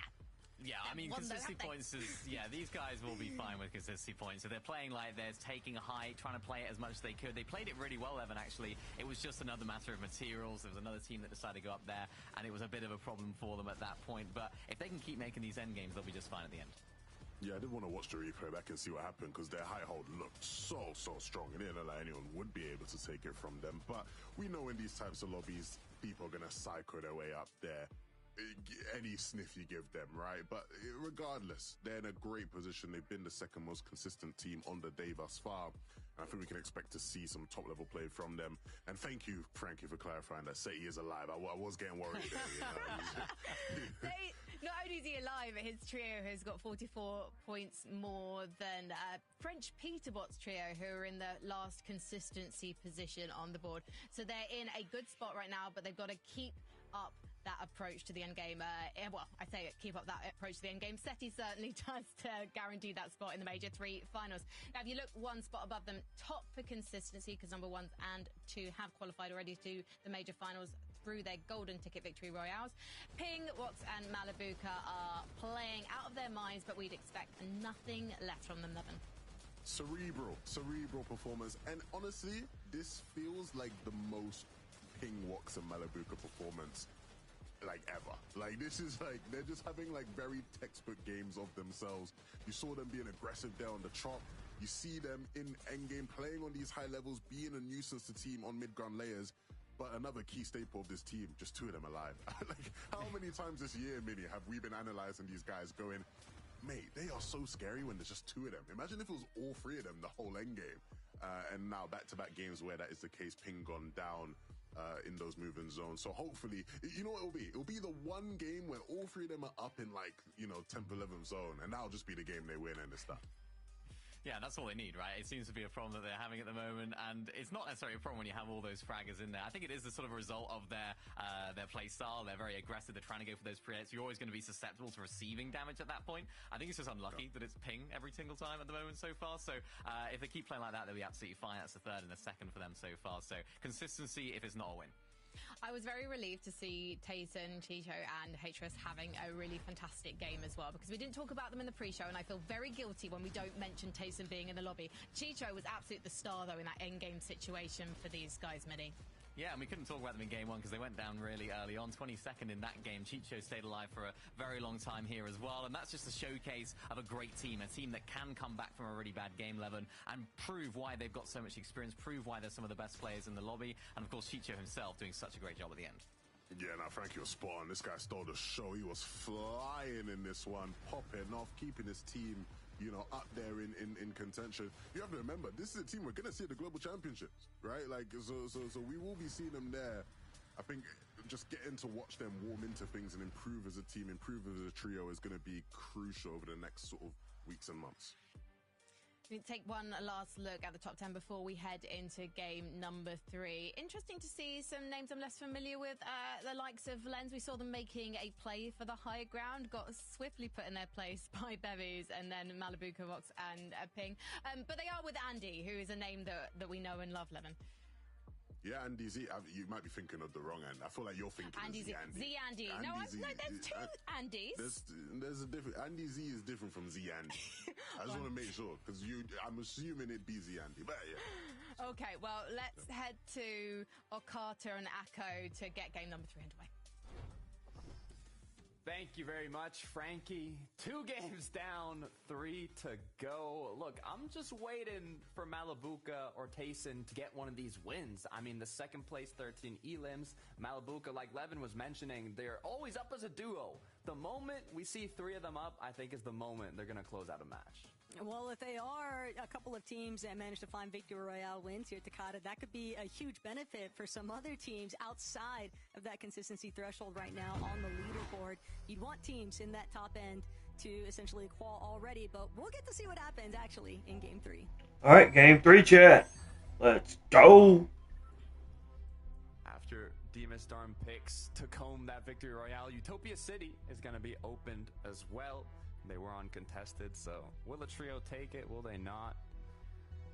Only time will tell, as it is going to be a west to east bus, so I'm curious to see. You will be able to see as you're dropping in kind of who might be potentially contesting you at Utopia if you kind of decide to do that surprise drop spot. The elephant in the room for some of these teams, though, Takata, is that even if they are landing at a drop spot that's opened up, even if you find success from that drop spot and you get your Victory Royale, do you necessarily want to commit to that drop for the grand finals if you know that another team is also going to want to fixate their priority there? But right now, Supernova Academy definitely gonna start getting pretty rowdy here for Strokey, trying to see if he can get some opening shots, and the first knock is going to be in effect here. Kiva not be able to escape. Doom following after the fact, and now alone Gobao lurking at Supernova, just trying to see if he can crouch his way to freedom. He might actually escape here. Yeah, the fight didn't last long in the previous match, and once again, not lasting very long. Bevies and his trio, on the other hand, have had really good games. Enough to put them in that qualifying range through consistency. Currently top 3, not including the 2 trios that have already qualified from the win. But yeah, for Gubba here, I'm trying to think, like, what would there's really not much you can do. You just got to stay alive and try and see if you can bring your teammates back in the game, but not going to rush anything for sure. But Enkido and Frostroki, and then they know there's still 1 member left over. So they're not going to necessarily be looting super recklessly. They're probably still trying to see if they can pinpoint exactly where that solo is at. But Flooded Frogs has been a pretty popular drop, given the amount of success that we've seen from some really established teams out of this POI. But for Repairs and Aitsu, they've had a lot of commotion just trying to start things off. Just so many other teams looking to challenge them. That's really what I'm getting at. That can be the case, too, in a lot of these group stages, especially if you haven't, like, fully made a name for yourself as a trio enough to get a uncontested drop like Demastar and Pix have. But, you know, it's how you kind of start getting the ball rolling. If you're able to consistently win off spawn, if you're able to qualify. Jake Buka. Kappa Factory. This fight seems to have been taking a while. This fight took way too long. So now Rash, Jake Buka, Lunex kind of scrambling here. Third-party visitation. And Miruz just trying to see whether or not he can forcibly overtake the Kappa Factory. But Lunex, Rash, Jake Buka, they've had opportunity to heal. Ace, this is an exchange that you do not have the HP advantage for. Lunex won't be able to connect with that shot, but now Jake Buka still looting out Kappa Factory, by the way. Seemingly having gotten the advantageous positioning. They pushed Miruz and Nex, just stuck them inside of one building, essentially. But now Velry, Leches, Asul, they want to start intervening here. And that's going to leave Jake Buka to now go on the defensive. Velry still has overhead control. The building's there, but Lunex, Rash, Jake Buka, they've decided we're going to commit with the team that we started this off with. And they're chasing down Miruz now. But Acefrag, Nex, they're all just full-on failing. Acefrag going to turn around for a second here. Those tags for white HP. Miruz not going to be able to get that shot that he needed. Instead, finds himself in the 1 versus 2. But Lunex, the suppressive backup fire here. Jake Buka not healthy enough. And Lunex, a clean trio wipe. And the assist indirectly from Leches in the background. Velry and Asul just kind of watching now as Miruz's team, they will escape, but they still found 3 elims, Takata. That's a perfect opener. Yeah, I would not complain about that third-party one bit. It's kind of the trend time and time again what we see when these fights take too long in the early game. It's just a matter of time until another trio joins the party uninvited and ends up crashing it. As walks Malabuka and Ping, not much worries at all, leading the pack by more than 50 points in terms of consistency, so they know it's only a matter of time. They're able to close one of these out. Looks like they're setting up for a Rift Island play, too. And they're not the only team that might have that in the back of their minds, Sloxay. Oh. His trios coming under a little bit of heavy fire there, but yeah, I don't think Ping was anticipating to get chopped out so quickly. Twy, Eclipse, and Dexy might actually beat Malabuka, Walks, and Ping to the punch now because they had to wait a moment for Ping to heal. Sobi going to be the one responsible for taking care of Ping's shields. But Walks now touching down onto Rift Island. Twy, Dexy, Eclipse. How well were they able to conceal their position? Oh, they don't know. They don't know, Taco. This could be huge. As even another trio hit a rift. All it takes is one good 3-2-1 to take out the current titans of this group. Clips and Dexy stacked on the same tree. This is... Oh, it's always menacing. Whenever you see a team that's kind of just crouch walking around the island, more impressed by the fact that Malabuka, Wax, and Ping didn't actually spot Dexy's team on the rotate in, and Wax paying the ultimate price, still barely clinging on for dear life, but he is so incredibly low on HP, he's going to have to depend exclusively on Malabuka to create a little bit of a gap here, create a little bit of space. He will manage to replenish his shields, but they know that the battle is on now. Here at Rift Island, Dexy, Twy, and Eclipse. You started it, you poked the bear, and so they're going to need to find another big opener, or they're just going to be drawn out to a standstill, and that seems to be the intention here from Ping, Wax, and Malabuka. Yeah, the pressure is on now. Not really the bear I want to be poking personally, as now they have to decide, you know, okay, well, we got a bit of damage, but are we really going to continue with this engagement? Like you said, most likely not. As we can see what's been happening with Robin, Kylie, and Ju. Looks like Panzer was actually taken down. Not sure if it was a full trio wipe, though. Doesn't look like it.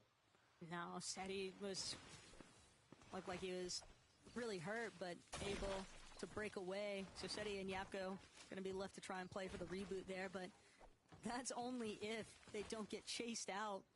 After what we've witnessed so far from Juice Trio, can definitely say that they're a team that is more than willing to commit to holding a team at bay. Seems other issues picked up here instead, though, for Seti and Yapko. It's not Juice team, instead it's going to be Plazy, Lixium, and Izzy. That's going to cut them short of their attempt to try and dip back into the storm. They're going to fight this one out, but Plazy, not the opening shots that Seti needed. An early departure from Lobby 3 here. Fortunately for this team, though, they've built up a good amount of consistency points to start things off on the day, Takada. But you know that a team like Seti, Yapko, and Panzer, especially for Seti, he wants to prove himself, having split from Cammy, that was the right choice after all, and yeah, just has to wait it out. I mean, they've got that cushion to fall on with the amount of points they got, but if you keep falling on that pillow, eventually you're going to fall asleep and lose that spot to qualify. But I mean, they had 104 points going into this match. Cutoff was at 60, so they should be good for the next match. However, if that happens again, it could be detrimental. Bevy's, on the other hand, good reaction time to keep himself up, but still a little scary. You don't want to get knocked down in the storm here. It's so common for teams to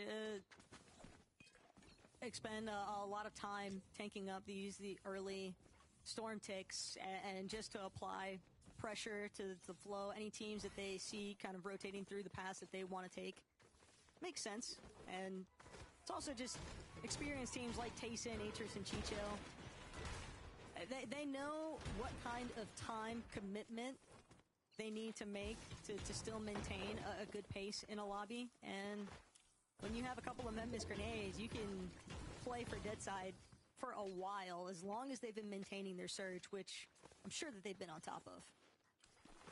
100%. They haven't had issues making it to the late game. It's been more getting those big impact matches in the late game. But I said issues, all it really was the first match, and maybe a bit unlucky because they did get second with 10 elims in the previous one. So a repeat of that is all it takes.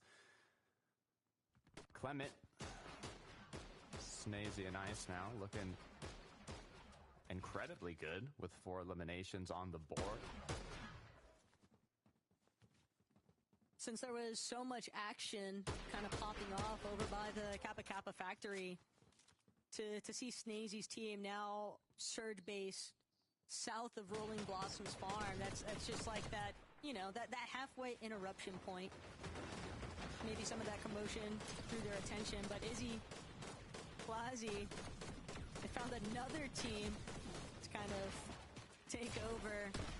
Izzy's going to be the first one to close in. They know this is a very steep HP advantage. All Izzy needs is one shot, and Leches is just doing whatever they can, but Fede is going to be the first one.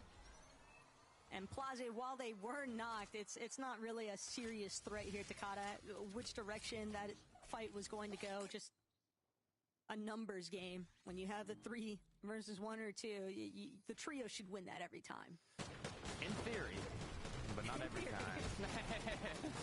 As we're looking at a 2v3, hopefully they can prove our theory wrong. These are the situations where you know zone's far, you know you don't have a big enough HP or shield advantage to take the risk. Even if it's a 2v3 and you do end up eliminating both players, but one of your teammates goes down, you've already kind of set yourself behind significantly, so it's a lot of the time not worth it to take that risk unless you're like Peterbot or something, but for now... Go ahead.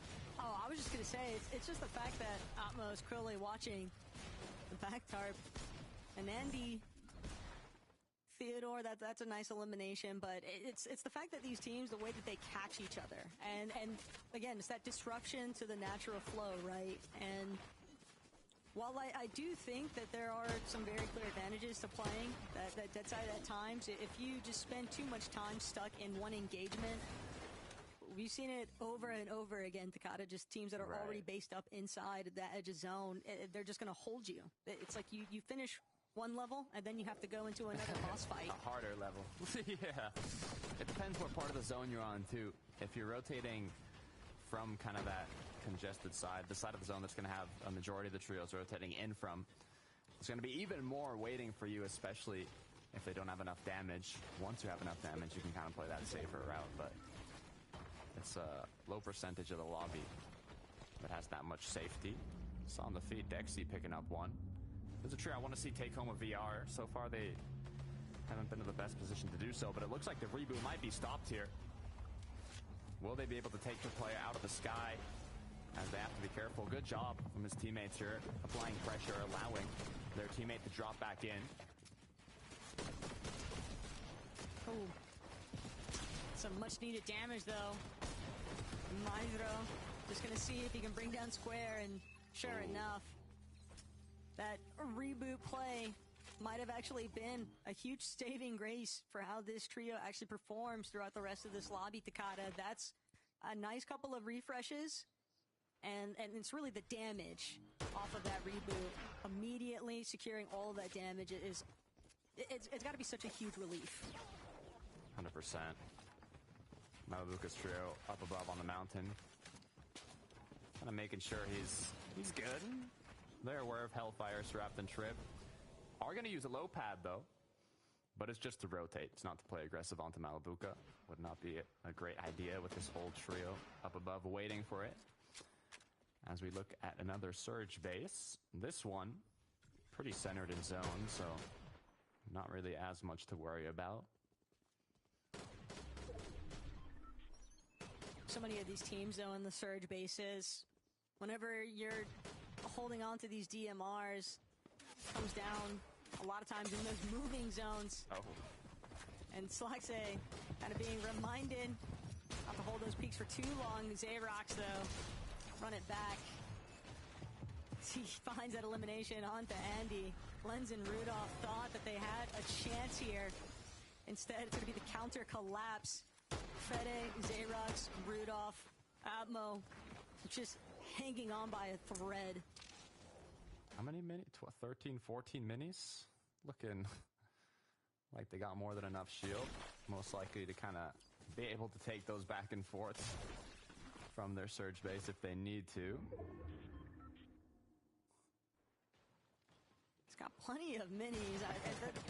It's really just about whether or not they can even break into a decent position, because a lot of fights right now, Takada, from teams inside of the Storm. And Gambao had to make that play for the reboot, which is a big part of the reason why we're seeing these teams having these fights so far out from where everybody else is at. But Gambao just trying to run them down. Kylie and Ju forced to retreat to the low ground, but Ju opens up with a massive connection onto Doom.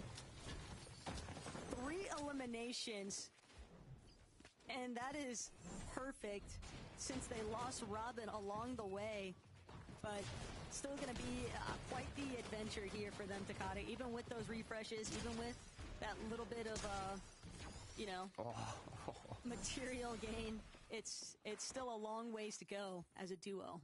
Yeah, satisfying shots getting connected. Robin Kylie, we're having troubles kind of in that later half of the mid-game, yet to get a top 10.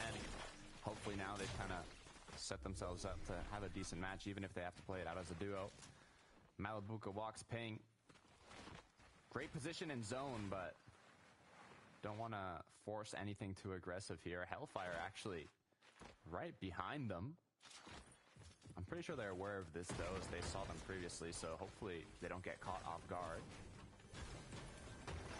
Also seeing Ping, though, with one elimination and Hellfire. Wonder how far back Entrepreneur Srapped might be, or if both of them are still even with him. Looks like Hellfire definitely encountered some trouble along the way. He barely manages to run across into the edge of zone. Uh-oh.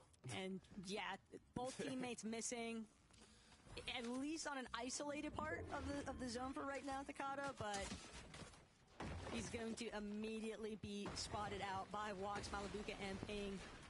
Given that he was trailing them in the first place, you called it. They're fully aware of the direction that he'll at least be coming from. Yeah, sometimes, you know, you want to think to yourself, when you're playing as a solo, you ideally want to conserve as much materials as possible, but you don't want to let your opponents know you're playing as a solo, so kind of overbuilding can work quite well a lot of the time to maybe scare your opponents a little bit. Clement, Snazy, and Ice, we saw their success early on. Looking to close out the gap in that consistency side of the leaderboard. And with the potential for picking up an elimination or two, this could be huge. Even better still is the fact that they've already got their position inside the zone. They're just holding all of these teams behind them. And Clement also just trying to keep tabs on the fact that they don't want anybody starting to build on the opposite end of them, potentially preventing them from rotating the way that they actually want to. But Snazy, Ice, and Clement, they've managed to at least bring themselves back, because not that things were looking, dire for them, but a little bit of a hiccup clearly in the early game, and now they're looking pretty set to sort of tackle this late. That they are. Let's see how these rotates are coming through, but gonna make use of multiple dashes. It's kind of hard to think when you want to conserve these, depending on how much mobility you have. As when you use that mist form, you can't really shoot when you get right out of it, but with the dashes you can, so different situations for each rotate. Tayson, Haris, Chicho, incredible game 2, but fell off early in game 1. As long as they're able to stay up as a trio, play together, wouldn't be surprised if we see a retake or a repeat. Pardon me. Look, we already knew that height has been relatively contested over the past couple of lobbies, Takata, but when zones are pooling over such open space, spanning out next to the Rolling Blossoms farm, these teams that are trying to get the mini Surge bases alive, but it's more about Sobi just trying to apply pressure, keep teams away from infringing on their current holding spot. Asa, the bear, just trying to skirt by unnoticed. Lost almost all of his shield, and he's just getting trapped. Those teams on the northern side of the zone just so caught inside of the congestion. A lot of foot traffic moving their way. And Robin, Drew, Kylie, they've been duking it out since the start here at Takata, and they're gonna have to keep bringing answers to some of the teams that are just pulling up behind them, teams that are just trying to see if they can take over the layer that they're looking to control. Trying to think too in terms of, height. We saw that Seti's team took it quite early, but they had so many materials, it wouldn't have even, it would have worked out if the zone didn't just keep pulling far every single pull. So if whatever trio, kind of decides, is it worth it to take it this early on, you can get a couple lucky zones, and it could be enough to conserve the mats that you need. But I can see Malabuka Ping Walks kind of hungry, interested in those trios that are up above currently. What I know for sure is that Robin went from having shield to having nothing at all. In the moment that they apply enough pressure onto Sylvie, Walks, Malabuka, Ping, they want this front side low, and they're looking to take it by force. The fact of the matter is, you apply that much pressure, teams aren't going, they're going to have to spend time healing. So they're going to have to pull back naturally. But Malabuka, Ping, Walks, there is definitely trouble brewing on the other side. Some of these walls, Snazy, Ice, Clement, inside the mid-ground. Not going to be able to fully close in just yet onto Eclipse's position, but they've at least pushed other teams out. And Clement still trying to just claim as much space as possible while keeping their back walls closed off.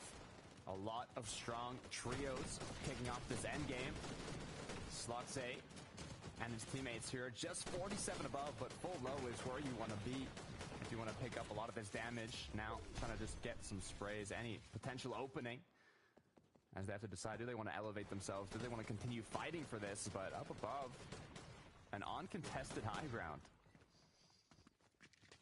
Shadox and Odilon, all you really want to do from this position is just spray down. Don't allow anybody else to even consider looking up. Even if they were to get chopped out, though, so many teams carrying these dash sprites and the misforms, and they're already navigating towards this next front side. Bit of a far pull here. Malabuka, Ping, and Walks know they don't want to get caught up with the rest of the pack. They're trying to see if they can get some good pot shots to kind of clear out an opening. And Robin falling, Walks getting credited for that one with Ping. And that's definitely the green light here for Malabuka, Ping, and Walks. They want to commit to this low ground territory. And Clement left in tatters, just barely holding on for dear life. Yeah, just 16 builds, but I wouldn't call the commit yet from Malabuka. We've seen them try and retake height in those final moving zones, and if they have enough loot for it, wouldn't be surprised if they do it once again. But Shadox and Co are continuing to try and hold on, have not been contested yet, as Clement is going to pop that med miss now, trying to find any refresh possible. Hits the 86 shot, but it's not enough for the elimination. One more needed to connect, but he cannot close it out, as now he's going to misform back into zone and continue forwards. 25 builds, that's what he's got. All that matters, though, is that Clement found any kind of builds to work with. Still trying to clutch up placement points wherever possible. And will manage to replenish those shields. Ping, chunked, still alive. But it's going to be height that actually gets chomped out. Malabuka seizing the opportunity to bring them down to their level. Malabuka knows they've got to clear out a path before they really get the ball rolling here. And Sobi, Sloxe, Nosif from the low ground. They've been trying to control it since first moving, but a lot of teams beginning to make their way to ultimate low. But Ping, he wants to actually crank up onto the high dash sprite, not going to take him to where he needed to be. And Odilon still barely clinging to the high ground, forced to drop now to provide some suppressive measures against Malabuka, who nearly took out Isha. But Odilon finding one from the high ground. Ping could be next if they're not careful, but it's Malabuka who gets claimed. Walks. He's got the chug jug, but not a lot left in it. Gonna drop into the tree, just try to see if he can find this elimination onto Izzy, but it's turned around. Didn't have a chance to reload. Izzy closing it out, looking to now hold it above. Clement still up as a solo. It's Sloxe, though. He's going to take height. Not able to connect that initial pump, though, as Izzy's going to close it out, as now they get just enough materials to continue tarping on forwards. But the trio that was one height is now below. But Izzy, are you serious? Another one gets picked up. 5 on the board, looking to close this one out. Just 4 opponents left, and Clement is somehow still holding on. Clement's not the only one either. Sobi trying to do whatever they can to raise their placement points. Shadox, last man standing for his team, is going to now be forced to take this battle up against the team on height. Flazy will drop, just needs to connect one shot, and sure enough, Izzy, Lixio, and Flazy are our Victory Royale winners here in match 3 to Takada. Get a GG's in there. Nice in game, nice in game. We got another. Finals that they've qualified to. They were contested at a split drop.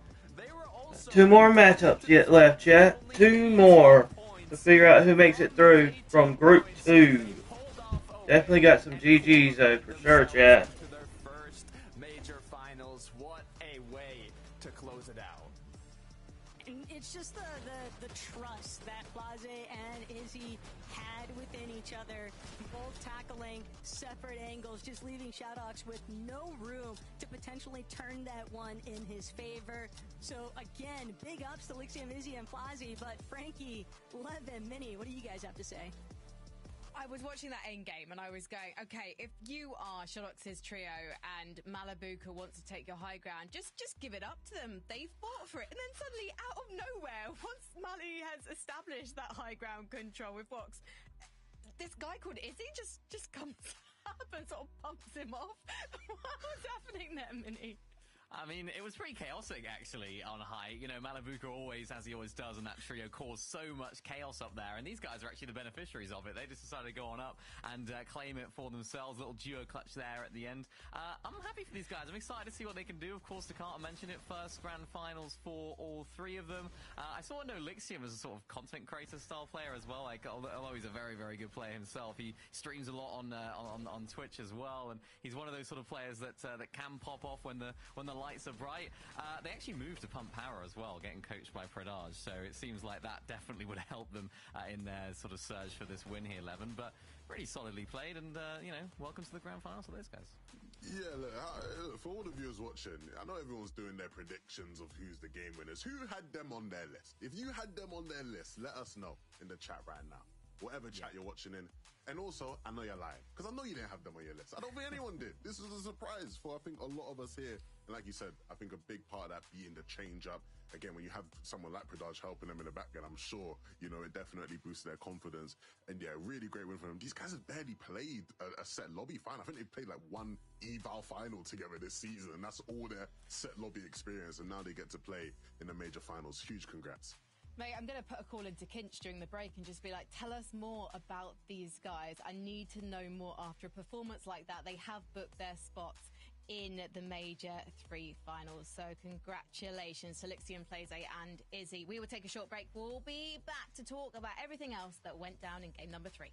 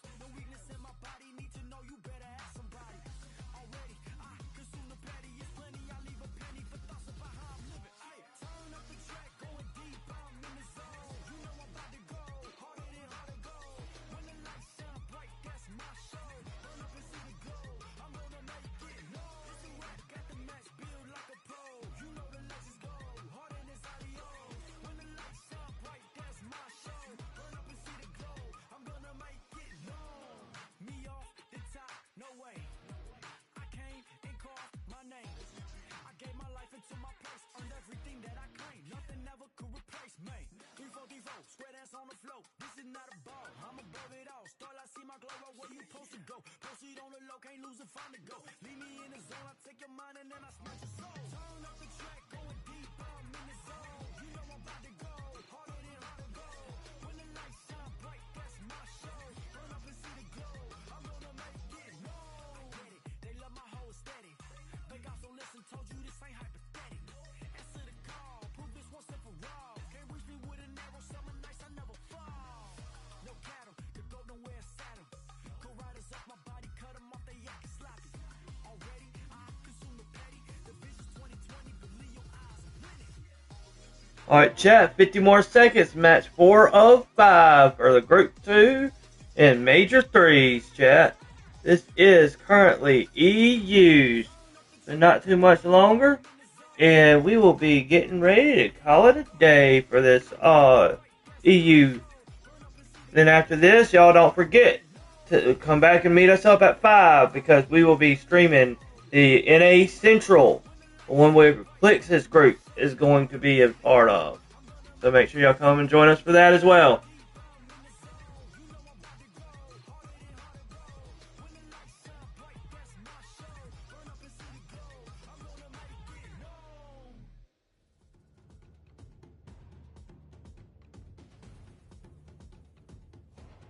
Welcome back to FNCS. We're halfway through the Group 2 action in Major 3, and unfortunately for some of the trios tonight, their competitive season in Chapter 6 ends with these games. So, not to panic anyone in the lobby right now, but you've got to up your game, and that was a really difficult game for a lot of the trios who seem to be feeling safe and secure within our consistency top 5 level. It was a punisher, and yeah, I am going to get serious and a little bit sad right now.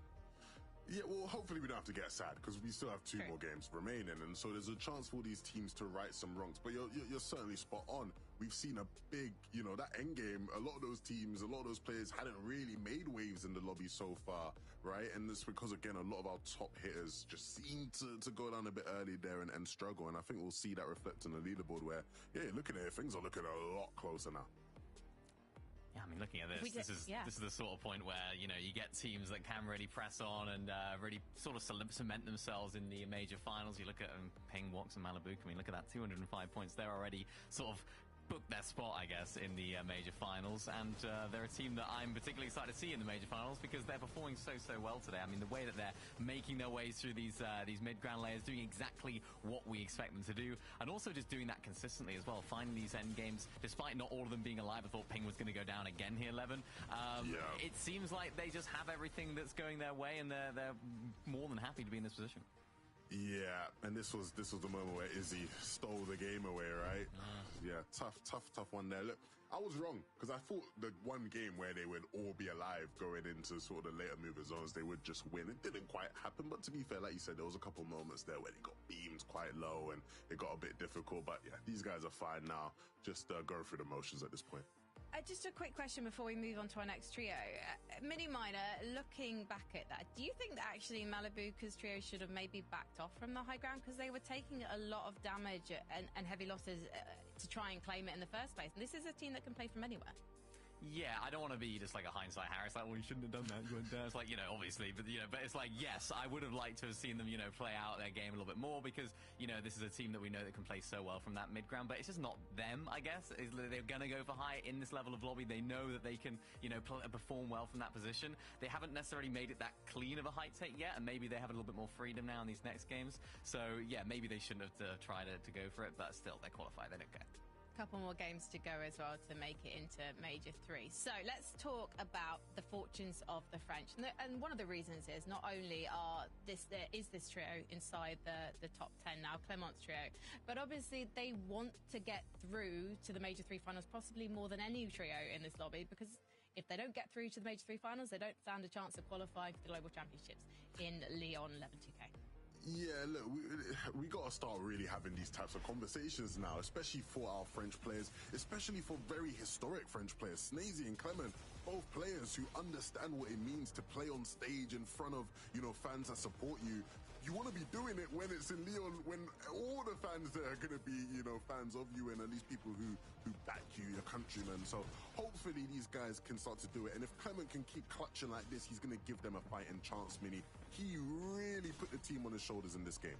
Yeah, and that's so important when you have teams that are, falling down. We saw Malibuca doing that so well when Ping was going down. Some of the best teams just do that. They perform well when they're a solo, when they're a duo. We saw Chicho doing it earlier on, and they need to have those performances in these games because there are only 5, so you need to make the most of every single one. And look at them now, second on the consistency leaderboard. They're by no means up in the sort of realms of Malibuca, but what they can do now, consistency, keep it going now for these last 2 games, and hopefully they'll find themselves in the Major 2 finals. Or Major 3. Let's take a look at page number 2, because after the second game and a fantastic performance from Chicho, the superstar, Tayson, Herictress and Chicho found themselves inside the top 10, but unfortunately they've had a couple of I don't want to say disastrous because that's a very strong word, Levin, but they've had some not great times, and it's costing them.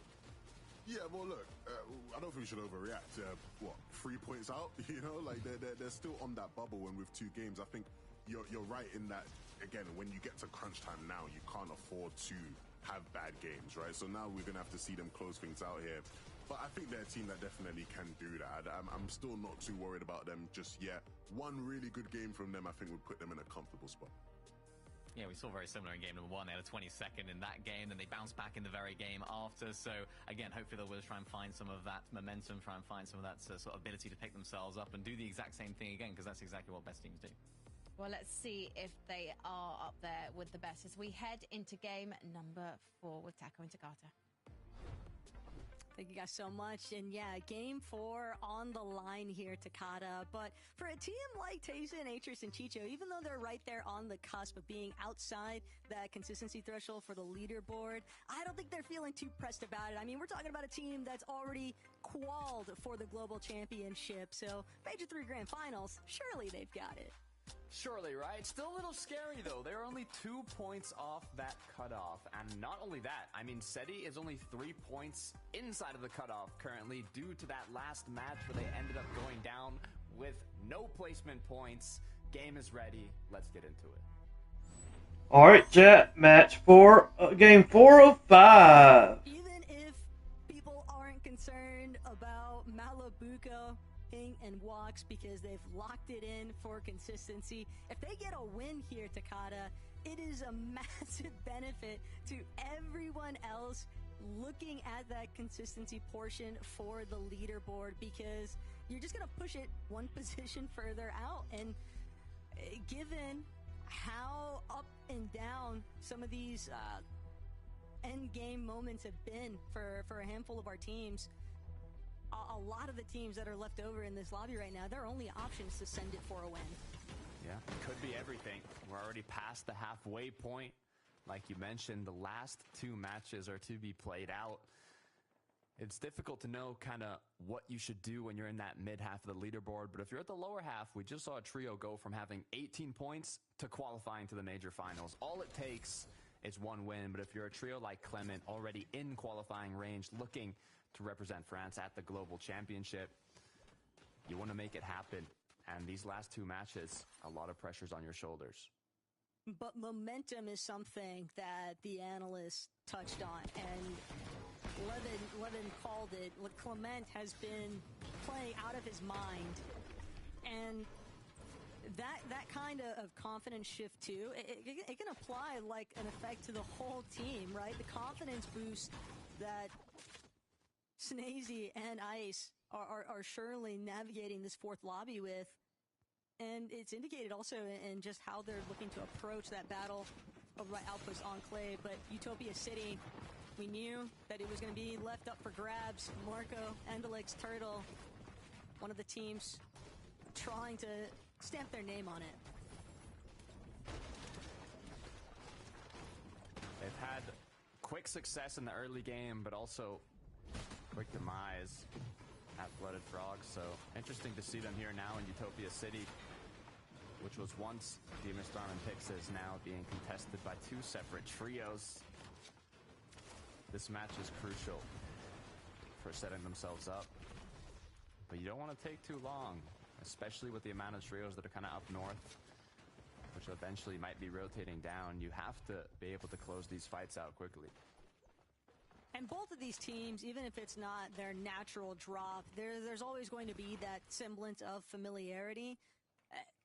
Granted, there's also that little layer of hesitation that's kind of involved, because both these teams know, hey, we need a win, and if we go out early, like we're about to witness happening to Matez, Z-Andy, Robob, they just had the better exchange for positioning here, and now Faded to actually kind of find himself in a turnaround position here. Focus just refusing to budge from Canyon Crossing. Oh.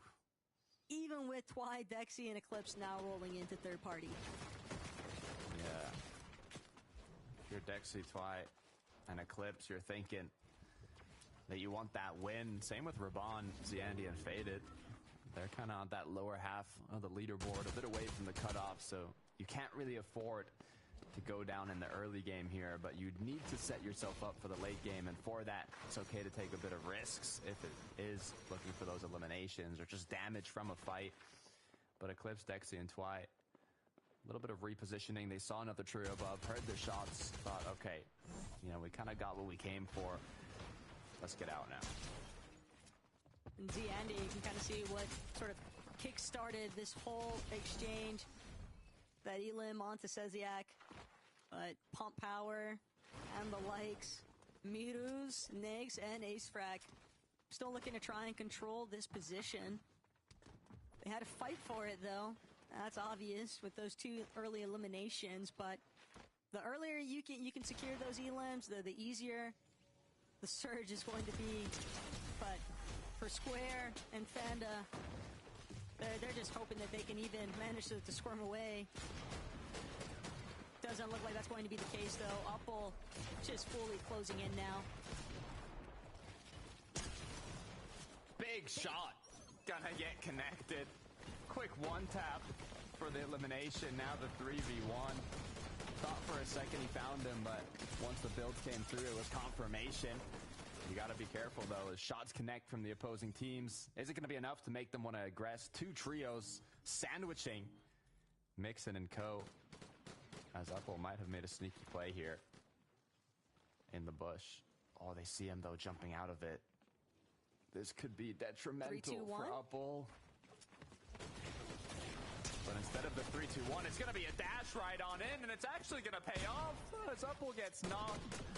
And they might even continue forwards.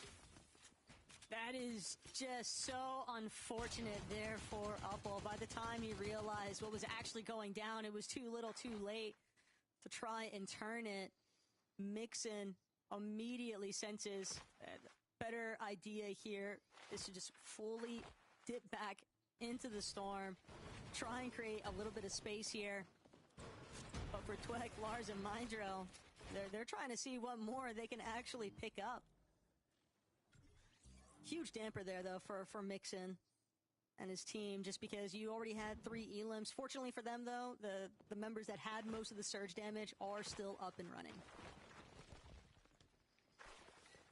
Looking in the storm now. Burke. I'm curious to what happened here. The reason for them being behind was some quick elims, it seems. As those important shots being connected early on are everything in these fights. Chicho and Strap staring each other down. Good exchange. This is a bloom battle and a half right now for Chicho and Strap. Yeah. However much surge damage there they managed to acquire along the way. At least for right now, it looks like Chicho is definitely on the positive end of that metric. Guys cleaning up the surge. Very exciting back and forth.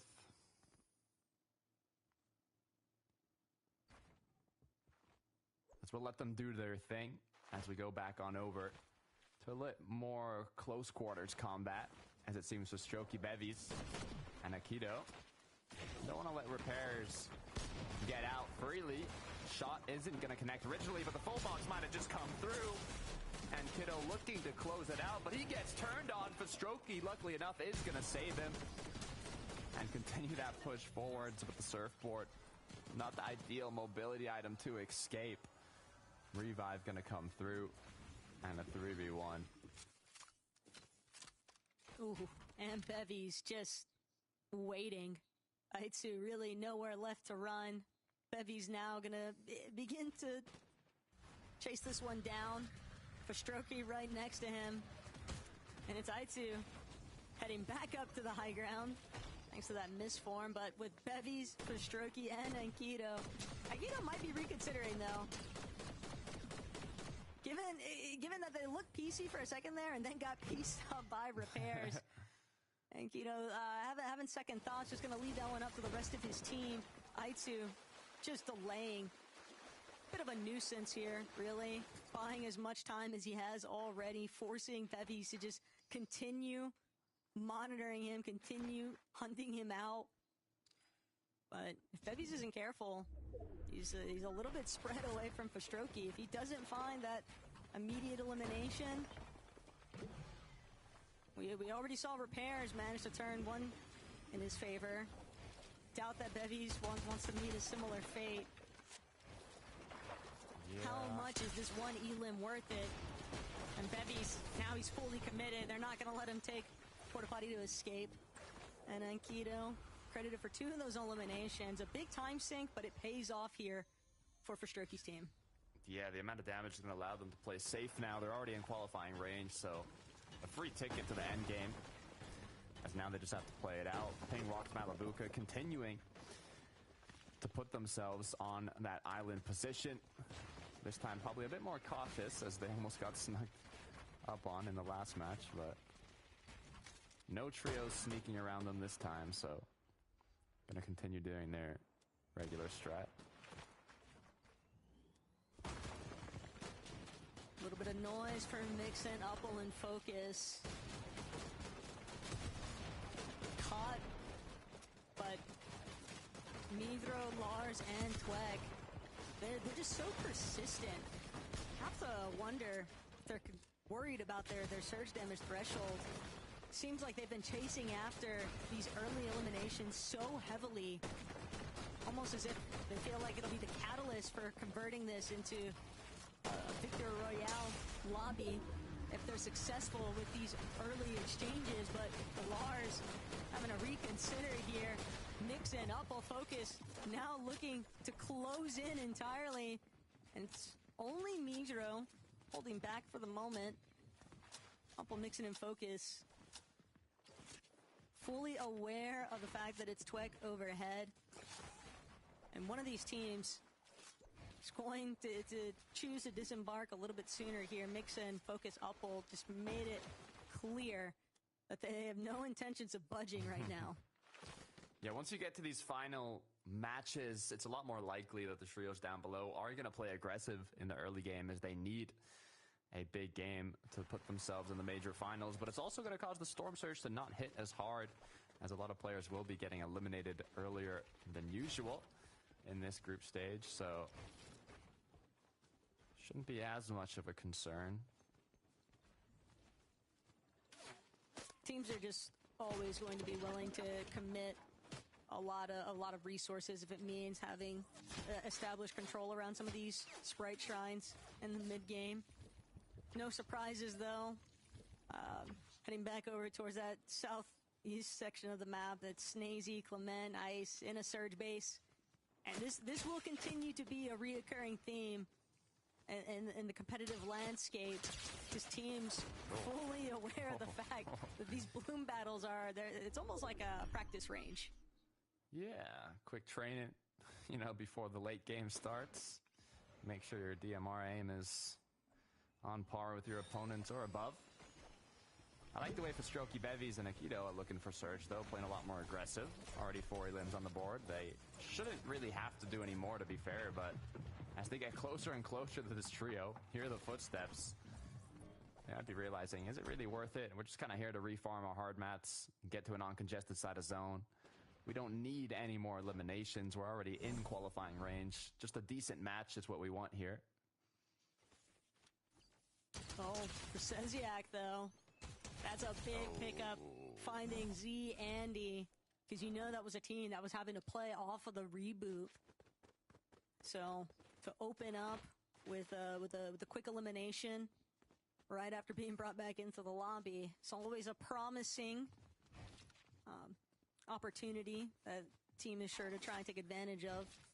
But for Tripper and Srapta and Hellfire, we keep catching glimpses of them, but we're not really seeing those endgame conversions, Takata. Not yet, at least. Hopefully, in these last 2, they can lock in. Tayson doing a good job farming mats, it seems. Which, makes sense. They've been making it to the late game. They've been having a good amount of loot. There was just one quick hiccup, but I guess almost 2. The issue is That one big game is only going to take them so far, currently being 2 points off qualifying range through consistency. I wouldn't be surprised if they take home a win, but at least put themselves in qualifying range after this match would be ideal to alleviate a bit of the pressure. You've mentioned it, though. They are qualified to globals, but you can't use too much practice. Also, just never want to be the team that's already qualified globals and you're missing out on some of the best practice leading into the event with the Major 3 Grand Finals. But only 2 lobbies remain here, Takada. And Kylie, Ju, Robin, they seem like they want to play for the win. And it's a tough condition because it involves a decent amount of risk in terms of, are you going to look to try and control front side low? They've chased a lot of early surge from some of these teams, and they've spotted out the trouble. It's kind of picking up here at Brutal Boxcars. Ju gets a great opener, though, onto Ankido. And for the second time this match, Ankido is down, but this time fully eliminated. Robin, Kylie, Ju, they got exactly what they were after. They were hoping for a pickup elimination. A little pickup of a refresh and the positional control here as Robin looks to pursue Fastroki. Shield crack means go, but Robin from overhead has to close himself off and wait for Ju. Needs a little bit of backup here onto Fastroki. The third-party intervention is the real draw. Did they get too greedy? They had more than enough damage, more than enough eliminations to play this one out. Going to the match in 8th place where top 10 is the cutoff. They need a good game here, Bevies and Co. And now after they've lost Ankido, having gone down in 25th place in the last match, now forced to play it as a duo. It's not what you'd like to see. 2 Memphis grenades, though. That is a great benefit for Ju's team to hopefully capitalize off of. Rudolph completely sent packing. Twek, Lars, and Midro, they need this one, though. They want everything that Rudolph has because they needed to catapult themselves on the surge damage threshold, and now they are definitely set, but they still need to get positioning. That can be done, though, as walks Malabuka and Ping don't have to worry about positioning. The prime mountain here, especially if they pull it back, is actually Uppel Mixon and Co. who have it, but Malabuka said, that's a nice position. Wouldn't mind it myself. If they're able to get enough tags to cause them to build, maybe use that opportunity for a quick retake. They know that the Mixon, Uppel, and Focus are distracted because team on height, you're always going to want to prevent teams from rotating around you, kind of controlling flow of the lobby. Mixon getting chopped out now, though. Too much attention sent their way. Walks, though, definitely feeling the pressure. Lost a good portion of his HP there. We'll have enough time to bring it back up, but it's evident. So many of these teams, Takada, they're looking to get fixated in some of these elevated positions like Eclipse, Dexy, and Twy. They've got a lot of space to work with here, too. Yeah, it'd be nice to see this trio close out a win. This is the most setup I've seen them for one throughout the day. Good amount of elims, good amount of mats, loot, kind of everything put into play. Now it's all about them. Seti, Yapko, and Panzer, on the other hand, they've done a pretty good job, but just one hiccup in this 5-game format can be everything. And that is what ended up happening, them putting them on that cutoff to qualify, so they cannot afford another one. Oh, end of the line here for Jasper, Tech, and Theodore. Marco Andalix Turtle. Big refresh opportunity now. What can you do with it? The win condition coming out of Utopia City. Have a little bit of overhead coverage from some of the buildings, which they're going to need because of the teams directly next to them on that hillside. A lot of ways that they're going to have to burn a good chunk of their material just tarping in, but I love the way that Marco has kind of tunneled out this low ground, and now they're just looking to see if they can maybe catch some of these later rotating teams when they look to push forward. Seems that Ping Malabuka Walks were happy with their shots, but hold on a second. Just 4 above, pushed up to 13 now as a few more shots are connecting. They know it's too risky to take a big engagement, and if they were to anyways, the trio right beside them is Tayson and co, who on the other hand have more than enough surge. So I really hope Malabuka, Ping, and Walks are going to be able to get enough damage here. The good news for them is they're leading the pack by so far that they could afford a bit of a rough match, but it seems like they were able to do a good amount of damage. The hero rank up, though, gonna do Malabuka a solid with punishing some of these shields, and Walks still finding more inside of the mess that's building the congested portions of zone. Big heads-up play, though, from veterans. It's what you'd expect. They're going to continue to try and put as much pressure to the teams behind them. They don't want to allow anybody to kind of traverse through what they've already staked as their territory. Sneezy, Clement, and Ice, though. Andalex, Turtle, and Marco in their sights. And Ice just closes off the wall. Don't need to take any risk right now. This is a big game for Clement, Sneezy, and Ice. Wow. Panzer's down. Oh, no. Hopefully they can have enough time for the double res. They do pick up Panzer once again, but they're not in zone yet. Now a full trio trailing them. They cannot afford to fight here. They're going to have to use a lot of materials if eyes are on them as they rotate, but it's worth it to not go down early. You can kind of take a look back at what went south here. It's Yapko with the latest movement tech. Quick shout out to Higgs, I believe one of the first players I ever saw do it. It's a smart tactic, especially when you are in a bit of a pinch there. But Rick Nada, Rada, and Knight trailing behind one of our leading lobby teams. And they can kind of be that thorn in the side if Seti, Yapko, and Panzer aren't careful. You can already see a little bit of paranoia building. They know that they're sandwiched currently, and they don't want to become the lobby focus. The full metal 2x2 double story is going to come through, but the zone has pulled towards them. This is actually huge for Seti and co alongside Rick Nada, as I believe this trio needs a victory royale, and although they're 12 below, all odds are in their favor now. With every trio having to rotate towards them, they should be able to at least connect a few shots, put them above the surge threshold. The issue I'm seeing, no minis, no heals, not a lot of mats. A refresh is what they're going to need alongside that positioning. The last thing you want to do is have to burn through your healing resources like Malabuka, utilizing some of this chug jug. But with that dash sprite, Misform going to be able to negate at least one of these surge ticks. But it's Clement from overhead. Malabuka doesn't get the immediate knock, and Clement will barely manage create some space. Sneezy immediately on high alert here. Ping walks Malabuka still after more, but Ping unable to effectively dash inside the box. He's going to play for shield replenish. Dexy, Eclipse, and Twy frontside low starting to pick up here. And Clement, Sneezy, and Ice, it's obvious they want to make sure that they're one of the teams controlling it. They've seen the level of success that so many of our former Victory Royale winners today have had playing through that frontside low. Meanwhile, overhead, Rick, Rada, just looking to suppress. And Seti, Yapko, Panzer kind of stuck in their own battles here. Still sandwiched between a handful of teams. Good amount of heals mats left over, though. Don't have to risk anything yet with the amount of damage they have, especially depending on where this zone pulls. But what happened? Walks, Malabuka, Ping now once again left as a duo. This time Ping is up, though. They have enough heals to put them back in the game, but the issue is they went for those pre-edits. They couldn't close out on it. Now they're in desperate need of materials.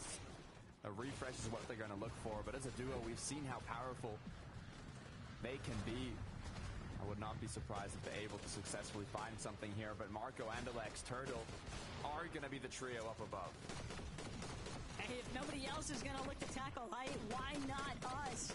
Marco, Andalex, Turtle, you're taking note of where Dexy and Twy are at, but Walks with the invisibility medallion from behind. Rick caught, and that is the ultimate refresh right now for Walks. Gonna immediately see if he can reunite with Ping. Even as a duo, they can still make some big moments happen here.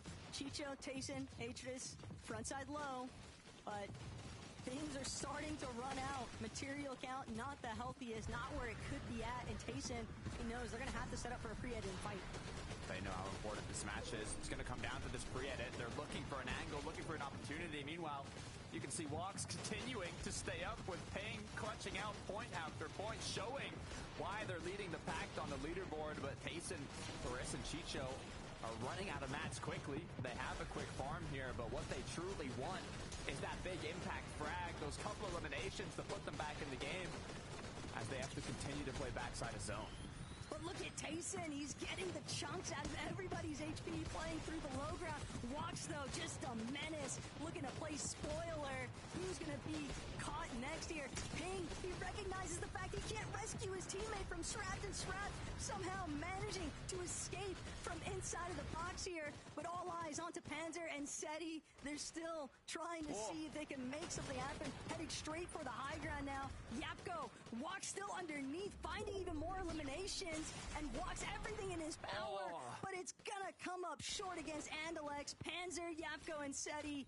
Now one of our healthiest teams on the high ground. Seti's gonna drop. They need a material refresh, but really what he's after, he's looking to cause a catastrophe. He just needs to apply any kind of damage, any kind of pressure onto the teams underneath.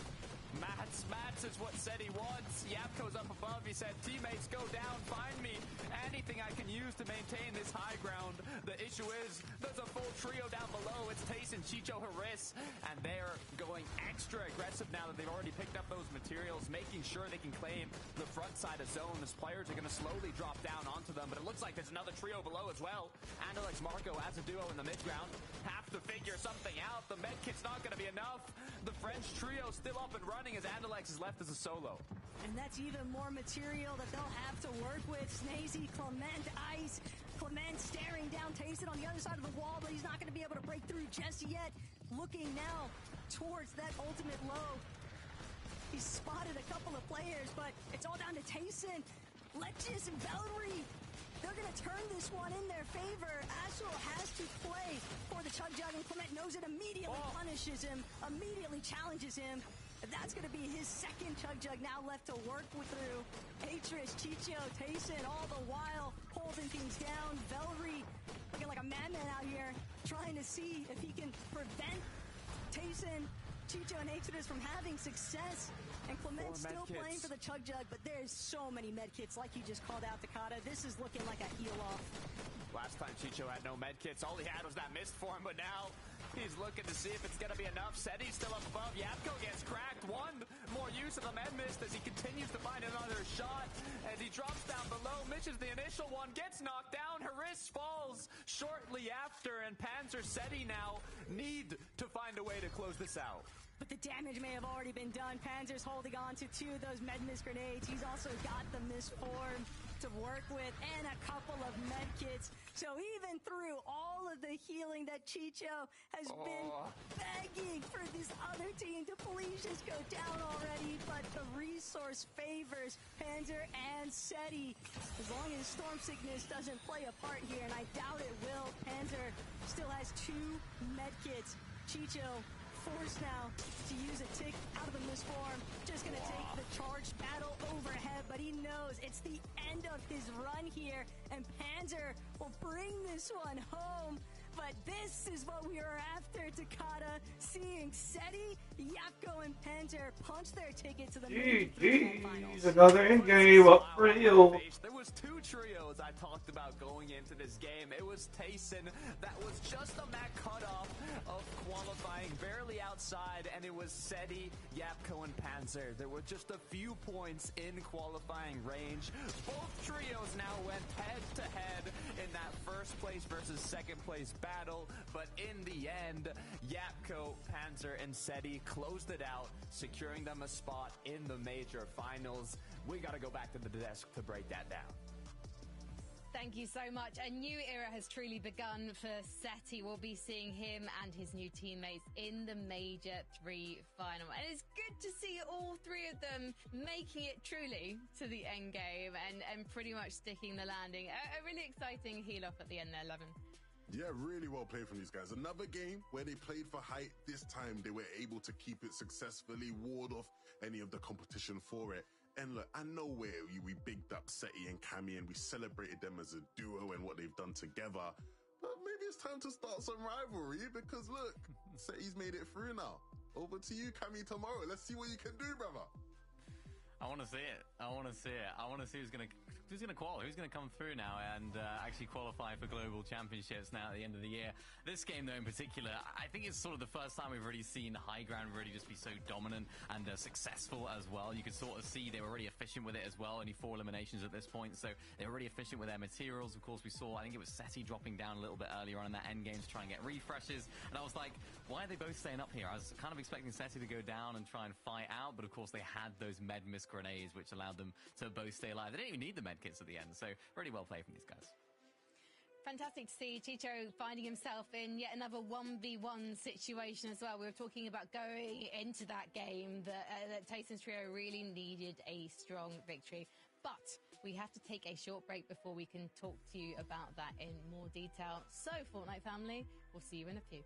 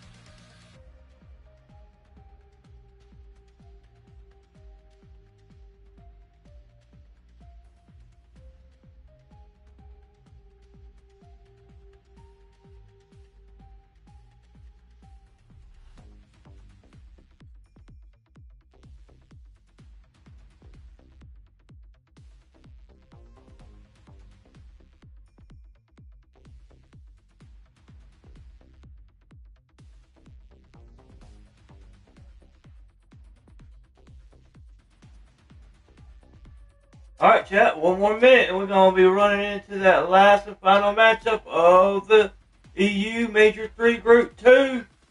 Let's get ready for it, chat.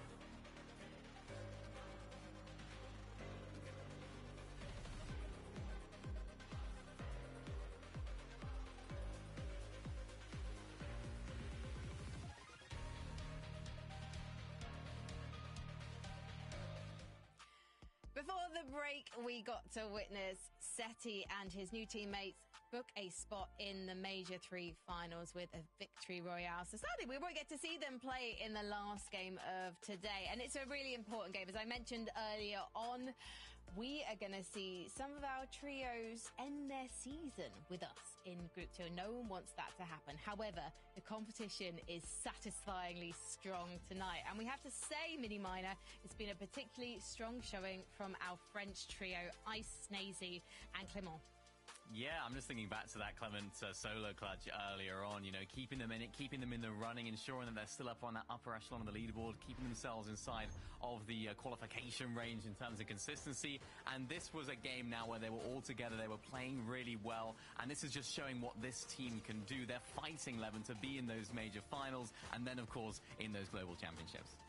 Yeah, no, I've really been impressed with how these guys have been playing in some of these games. I think you look at a game like this, and if they are able to make it to that major finals next weekend, I'd love to see them play more like this, right? And be a threat, be a force, be a team that, you know, you can't have on your same layer, because you're going to get big problems with them there. So really nice to see these guys finding a bit of form, finding a bit of momentum to pick things up.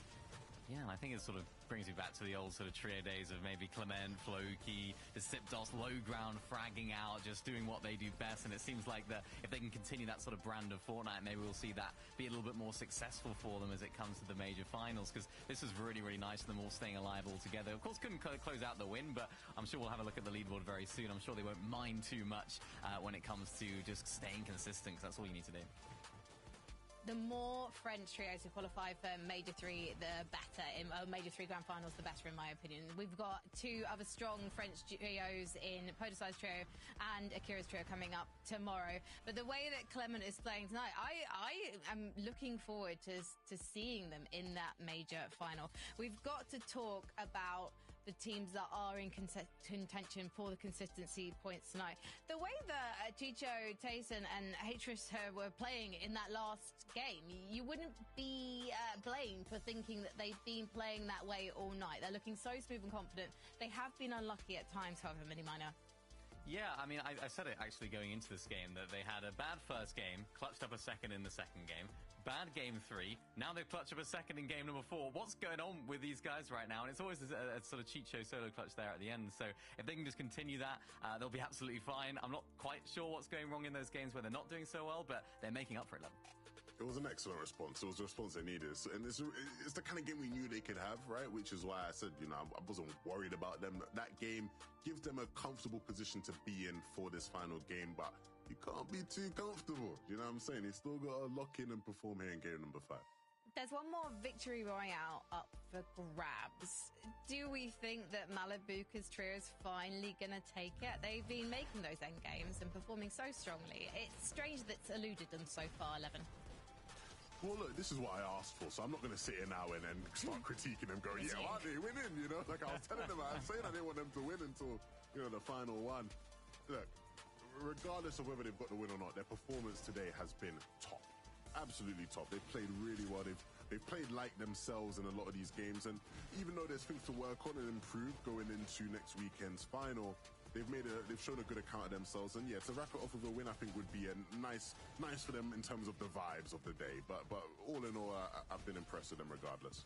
Yeah, these guys are just levels above the rest of the lobby when it comes to these end games in particular as well. There always seems to be that one team in these groups that just seemingly don't get a win, but just performs so much better than everyone else. The consistency at making these end games as well. They just haven't been able to get the win, which isn't necessarily a bad thing. They've had more practice at this level. They've been able to refine what they do best. And now, yeah, as you mentioned, that would be perfect for them to get a win here. Well, we are ready, my friends, for the final game of Group 2. Everything on the line for a lot of these trios, so let's head back to Taco and to Carter. Thank you, Frankie. Literally everything on the line. It's the last major for these players to have a chance at qualifying to the Global Championship at the end of the year. Like Levin was mentioning, Malabuka, Walks and Ping are leading the pack, but the cutoff to qualify through consistency is 129 points. And it's going to shake up in this last match, Taco. I think the bigger line for all these teams to keep in mind is they don't want to end up in the last chance qualifier, Takada. You just want your seat on the battle bus. But there's only one team that can win lobby number 5. With everything kind of building up to this point for the teams here in Group 2, one more time, you just don't want to leave it up to the last chance qualifier to dictate whether or not your Major 3 run ends. And yeah, that's essentially the chance of the global championship. All right, chat. The last match, Major 3 Group 2. The last opportunity for a majority of these trios, not including that last chance qualifier like you alluded to, Taco. A lot of big names kind of dropped down a little bit based on that last match. We have Bevies, Ankido, and Fastroki that are now 1 placement point off qualifying through consistency. Dexy, Eclipse, and Twy did a great job pushing themselves up into that top 15, but it is going to have to be a top 10 to qualify. We have Strapped, Hellfire, and Trippern also really close to that top 15 range. These are the trios that don't need a win, but need a solid match. On the other hand, there's trios at the bottom of the pack that do need that victory royale, and this game, it's going to mean everything for them. And that kind of opens up a bigger conversation to Takada, because what happens when the teams that are just looking for a safe, solid, secure final lobby to close in their consistency threshold, and then the last thing you know, you're getting bamboozled. There's a team at your drop that wasn't here the last lobby or even 2 lobbies before that. Gobal taking full advantage of some of these opening shots. That first elimination to kind of pivot the direction of this fight. It's going to force Benet to just hunt the top of the Ascenter. But so far, no luck. At least not the kind that they would need to try and bring this one back. They might just have to completely pivot, completely leave. Benet might not get the chance to. Yeah, not looking too hot. Just took a replay of how Canyon Crossing kind of started off. Seems that Faded was able to get a quick knock. It's a painful 50-50. Yeah. Especially when your opponent gets a shotgun, you're like, well, so much for that. To be fair, this is what's commonly referred to, I think, as a season of drops. If you are just able to outdrop your opponent and get the better end of that exchange, start things off on the right foot, especially when you know it's the last lobby to play through today, and Faded. Big momentum shift possibilities there too. Early contest though, technically speaking, for Malabuka, Walks, and Ping. They're practically guaranteed. They are guaranteed, Takada, just off of the consistency metrics. But Ping might have to sit this one out if he's not careful. Walks and Malabuka from overhead are also going to have their own shield bubble to try and play through. Mayfix and Odin don't have any shield, and Odin will finally get knocked here, but Hero actually trying to be the hero instead. Giving it up to us in 4K. That is perfect vision of how to use those kill switch revolvers. And Malabuka. Oh, yes, for Mayfix. Oh no, for Malabuka. The dream. Can he make it happen? Walks and Ping are still there. Don't worry. But Malabuka maybe reconsidering going for that. It looked like a pickaxe attempt on being. It was a pickaxe. It was a pickaxe. You don't gotta settle it down. Look, if there's any trio you're gonna go against in the last match, I understand wanting the loot from Demon's Domain, but you know that's a tough task to conquer. Bevies, on the other hand, they need to make it to the end game in this match. Having Enkido went down this early, nice box up to get the clean elimination, but they need to close this one out. Shots coming through. Bevies, you cannot afford to go down here. As they regroup, no mats onto Fastroki. One big shot is all they really need. 127 is putting them on that cutoff to be in qualifying range. If they go down here, they are out of the game. But luckily enough, the double res is going to come through. Oh, they're trading it. Oh, they're just going to trade the double revive. Fastroki and Bevies now with Enkido intact. But these are two teams that are incredibly hurt. Given the position that Bevies trio is in, they might even just look to fully disengage, but they're not the only ones that need to keep their Game 5 running. Hopes alive. Zandy, Robob, Faded in pursuit of that consistency portion of the leaderboard. They need a win here more than anything. But Zandy, Robob, and Faded brought to a halt here momentarily. Nosif, Soviet, and Sloxe. Thought from moment that they would go back in there. They got those eliminations kind of early on in the match. I don't think it was even like a full shield elim, meaning that they got a bit of damage, but it's not going to be enough to be fully comfortable. Surge didn't take as hard in this last match with the amount of fights that are going to go on, but at the same time, it's looking a bit stacked. You have to think that Bevies and Kiddo and Pastrocki, after what could have been a quick hiccup at the start, now might be feeling a bit of pressure, but the huge 162 is going to be enough to get that knock once again. This time around, though, they're going to be looking to close it out, and Bevies has already been cracked. Pastrocki, though, is going to pick up another, and they might have just saved themselves with those 3 quick eliminations. And Bevies, we talk so much about the SETI Cammy split, but you also have to remember the Bevies Pablo split up. A lot left to prove there for that trio. Tripper and Srapped Hellfire just trying to make it out of Shiny Chefs in the first place. Caught. And some pretty aggressive measures here, but Odilon's team gonna be the first ones to fall back. The Memnis grenade, likely the reason why. They just know no purpose in trying to fight through a team that's going to be a lot healthier than when we initially started this exchange, and it seems like they've been the team potentially even third-partying Tripperns. There's already 1 elimination here for Trippern, but whatever the case, Tripper and Hellfire Srap probably content with the fact that both of those teams actually opted to just pull back. Over at Shiny Shafts, just a few shots going back and forth, but we look back at Clement, Snazy, and Ice. They had an amazing performance in the last match, and it pushed them from being like pretty close to that cutoff, kind of mid-range, to now in a comfortable 2nd place on the consistency leaderboard. All I saw was Clement with a single Spire rifle and mats. Kind of hoping that loadout gets a little bit more filled up as the game goes on, but Jew got a chance to catch up with that elim onto Lars, and we've seen Jew, Robin, and Kylie be relatively aggressive throughout the course of today's games. It seems like they're always caught fighting somebody else. Tayson Harris and Chicho, on the other hand, also like getting a bit aggressive, but from that 2nd place clutch, it's exactly what they needed to set themselves up for this last match. But the job's not done yet. They still want to get a bit of points in this game to confirm the qualification. They're kind of just on that borderline right now.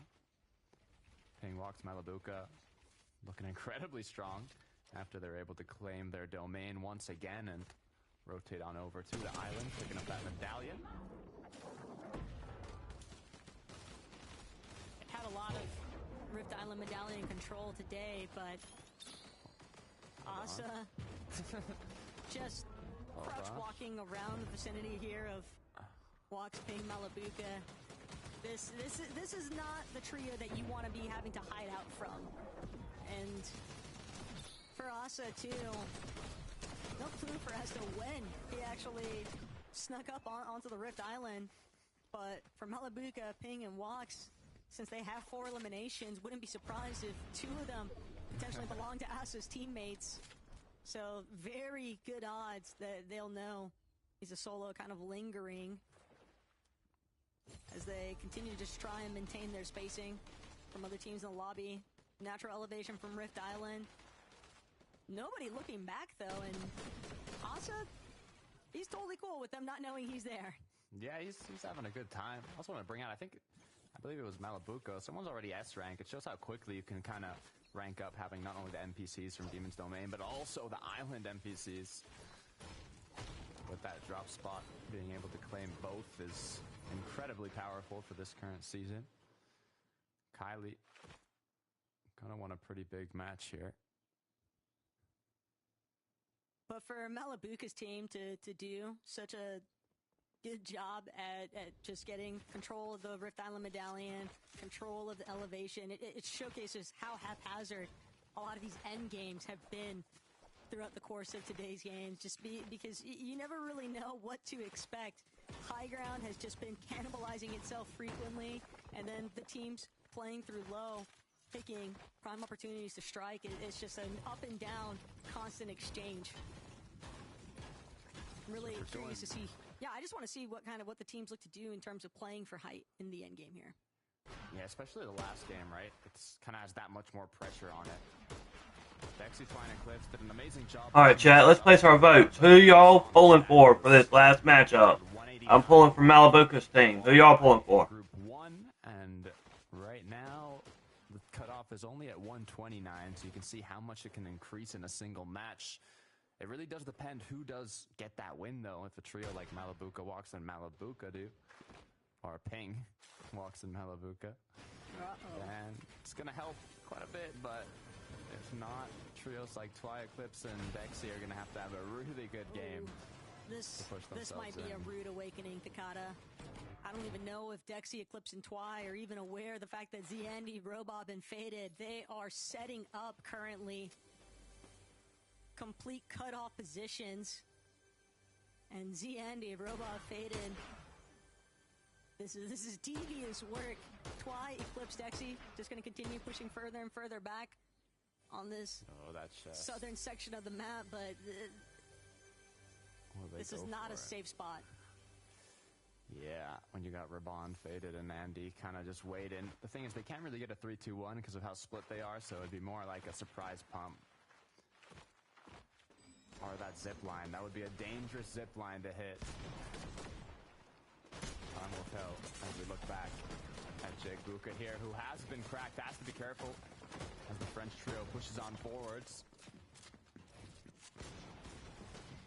Snazy with that unstable yoink can definitely turn things over in a moment's notice. Clement trying to see if there's another line of sight he can open up, but Snazy just continuing, kind of batter away. The team underneath him, Lunex, just looking to hold his own, waiting to see if maybe his teammates are going to be able to try and back him up here, but Clement, Snazy, Ice, they're going to need some type of conclusion to this drawn-out battle.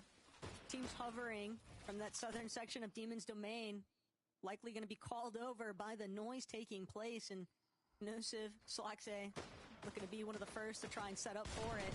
Box being Malibuca, though, they actually have been challenged pretty directly, too. Overhead on the Rift Island, Focus, Huffle, and Nixon, they want control. Can they take it, though? Malibuca walks and Ping looking to get the cherry on top to their already elite performance in this second group of Major 3. All that's left is the win, and this is the game to get it.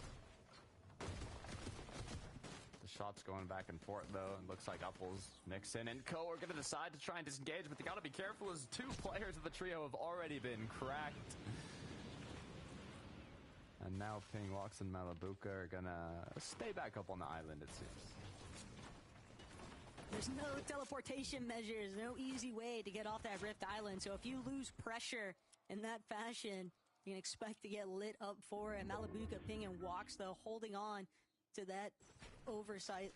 It's gonna be big leverage in comparison to where the rest of this lobby is kind of filtering through. And Demon's Domain, very likely that there could be teams based up around there looking to try and catch people off guard. Similar instance here for Twi, just misforms directly into Faded's box, and Faded just thought that he had escaped, but that is a big blow here. Zandy's team, they thought that this was their prey, and instead they're the ones that become the victims.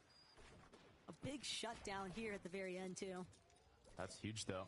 If Dexy and this trio are able to get a back-to-back solid match, could be enough to qualify, even if it's not the win. 9th, 6th in the last 2 matches after the not-so-strong start in the first 2 games. We'll see, though. They got a lot more to do if they do want to end up qualifying. Ju, Robin, and Kylie. 5 eliminations already. They cannot throw it away, though, as the hidden sneak attack is going to take out Ju. It's now a 2 versus 2. They don't need the damage, but now they need to bring their teammate back. All that time, and now they're going to have to expend even more of it to try and play for rebooting Ju. And Ju also had 4 of those eliminations, Takata. So yeah, that is a terrible blow for their surge threshold. And they're just getting chased now. Theodore, Jasper, an entirely separate team hunting out Kylie and Robin. Bad just gets worse here for Robin's team. They were hoping to have a strong performance in the final lobby. Instead, they find themselves completely turned upside down as Jasper finds the first knock onto Robin, but Kylie will bite back here. Good elimination onto Theodore and Jasper. Gobao and Kilbud now excited to revisit this conversation. And Kylie, he was hoping to try and stick it out on the reboot ban, but that's just not going to be a possibility. Kilba can continue to give chase while Gobao plays for his own reboot. And that is a tough break there for Kylie, too. There's just nothing left to do except run. I mean, both trios even now kind of put into shambles, have to find a way back to zone. It's not an ideal position for either team here, but we can see kind of how Kylie was able to turn around the fight a little bit with the other trio that was fighting them. Quick 2 shots, all he needed. We'll see if they're able to make it to zone. Definitely seeing a good chunk of our lobby teams, though, Takata, as they were kind of just hovering around that consistency portion of the leaderboard and being stuck inside of duo scenarios versus being able to play with all 3. So it's very obvious that some of these teams getting aggressive, looking to try and have a really strong final lobby.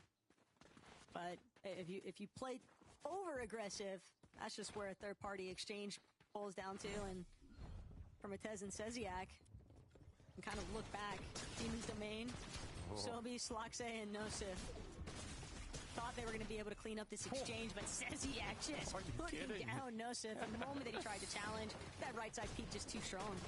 Wow, the amount of damage that was outputted in just a few shots.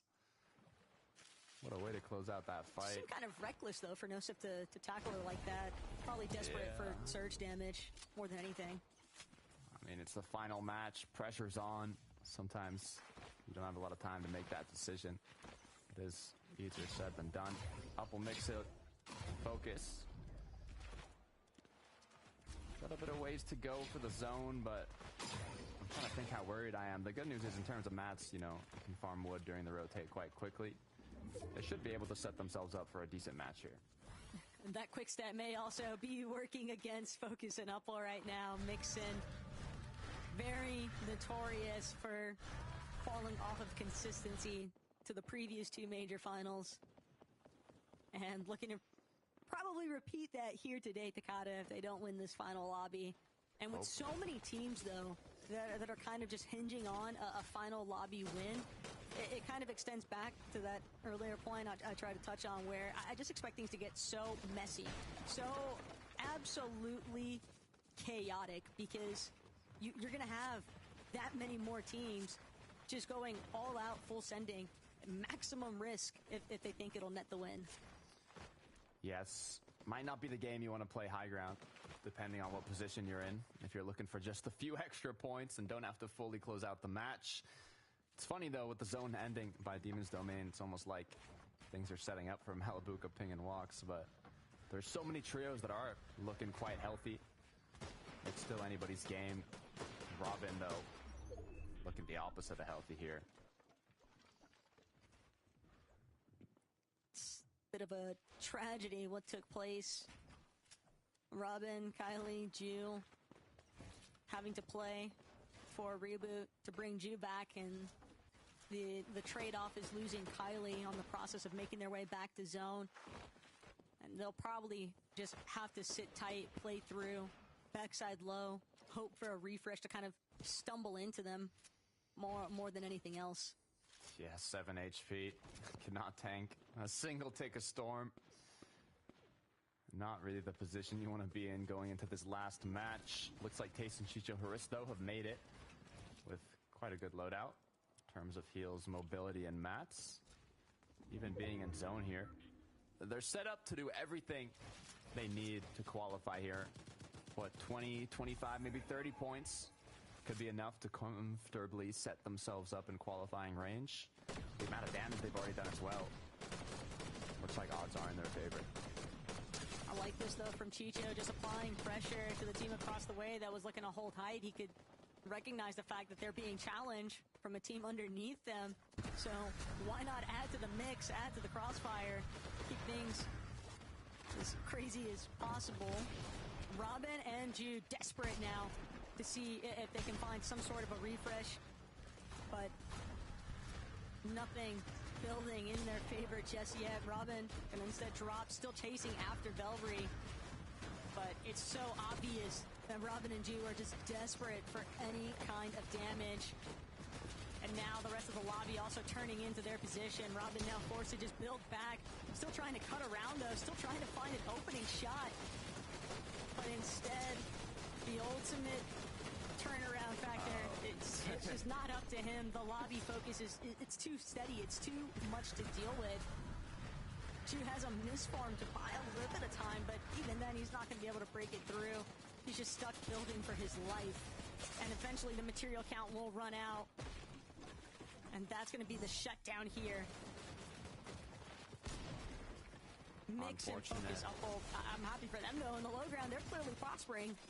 Yeah, but it's going to be a bit more to do if they want to happily put themselves into the major finals. What a shot. Yeah, did I say prospering? Connected. I take it back. I didn't get the chance to see the full clip. Let's I swear.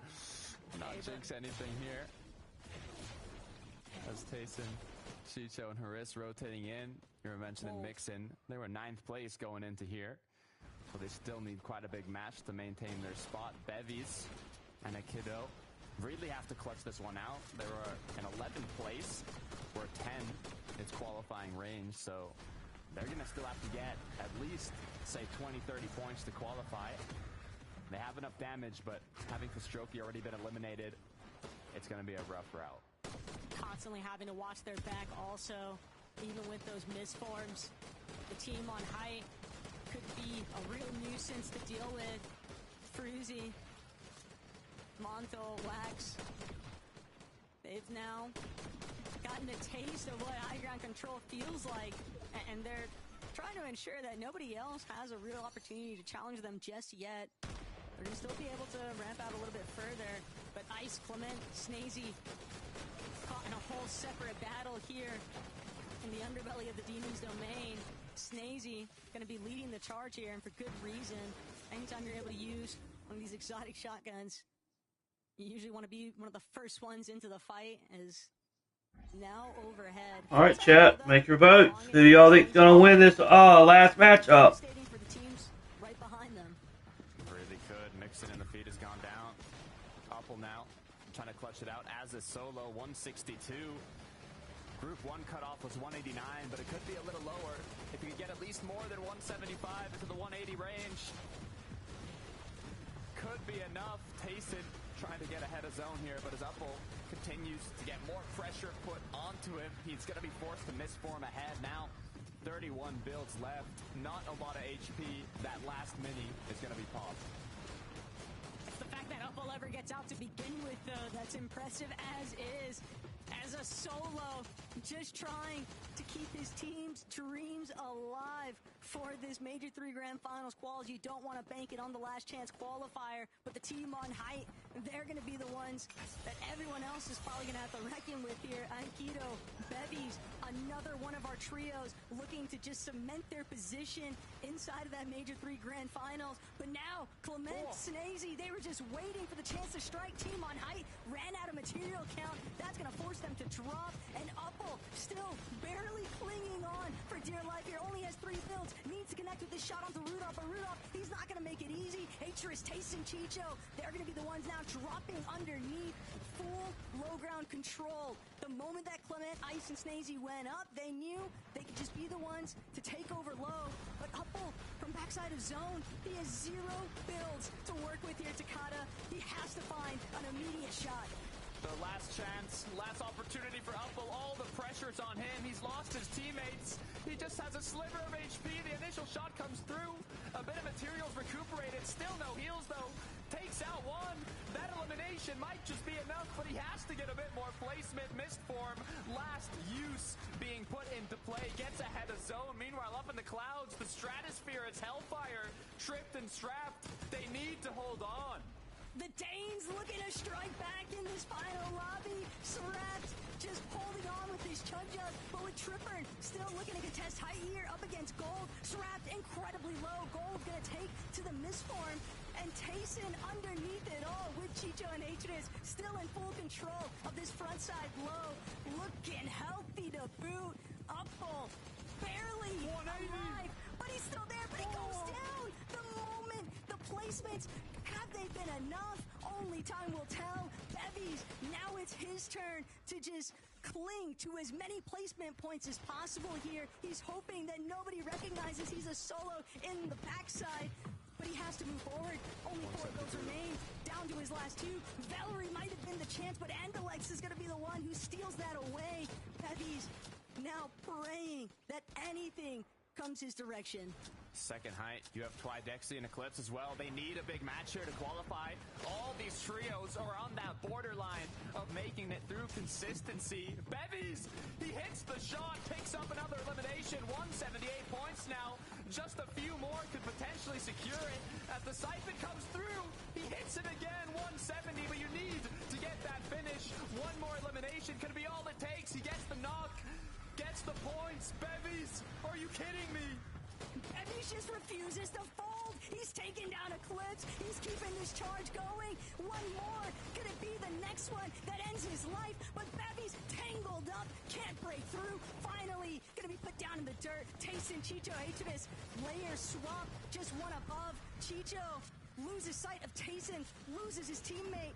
And Chicho with Atris, they might still be able to close this one out. But Clement, for good measure, all the way back. No one has a chance of catching up to where he is at. It's going to come down exclusively to who's got more whites remaining. The Chug Jug 160. Well, chat, another hill off.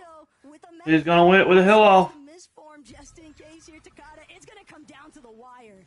This is going to be the 3rd time I've seen Chicho in a 2nd place position, having to clutch it out. The one Chug Jug is all that's Clement's got left. He finds a Medmis, though. That could be the deciding factor. The med kit is going to allow Chicho to use the mist form one more time. But Marco is still up as well. It's a 3-person heal. Chicho goes down. Marco and Clement, how are they still alive? I say it's going to be Marco. What? Why didn't he use the mist form? Dude, but GG's. Definitely GG. What a game. Group 2, chat. What a Group 2. Looking to play out both of those Chug Jugs. It's just insane to think that Marco took him all the way before finally Clement managed to outlast him with the heal off. Alright, now let's see what the top 10 looks like.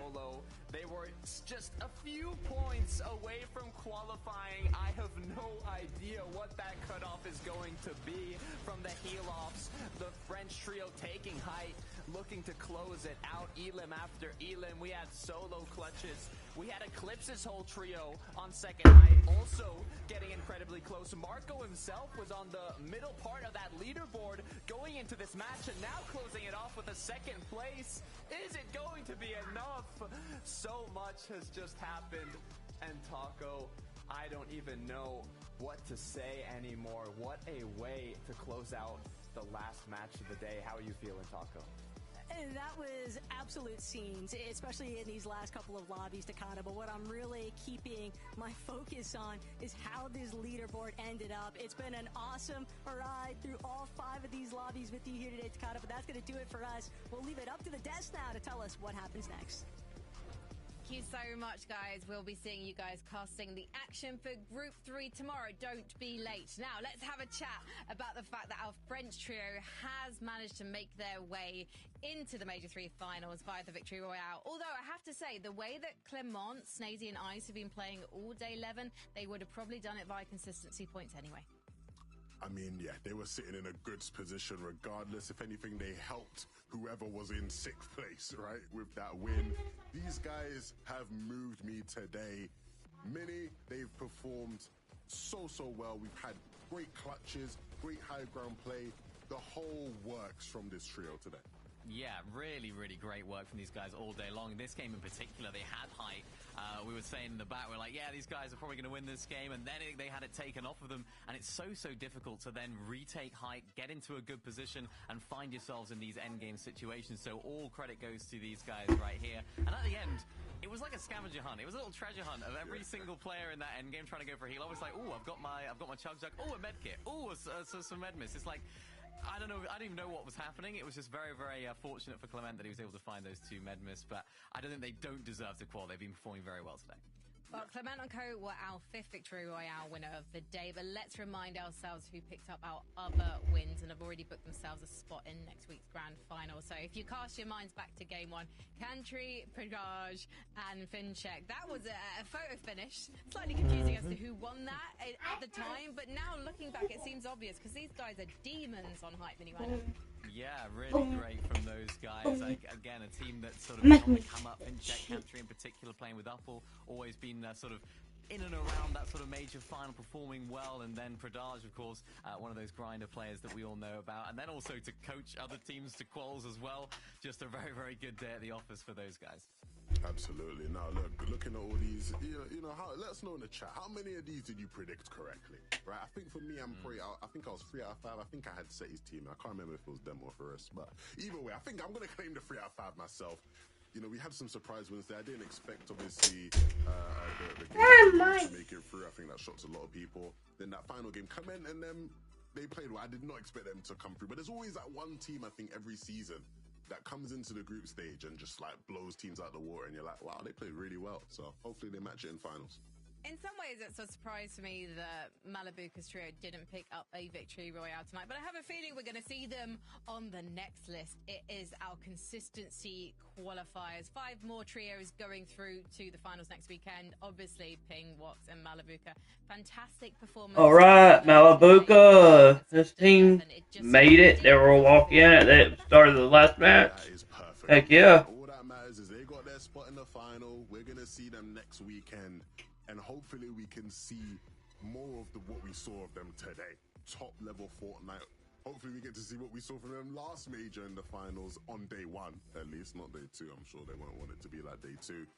These guys have been top today, man. Yeah, and even just there down in 5th place, Focus, Mixon and Uppel, that was a really nice clutch in that last game just to sneak into that top 5 position. And these guys have been like pretty solid all day. I haven't really seen any moments where I'm like, wow, this is an amazing performance from these guys. They've just been able to get in that sort of top 10 range, consistently getting eliminations, you know, just playing as that I'd imagine set out to play when it comes to consistency. Uppel and his team managed to squeeze in.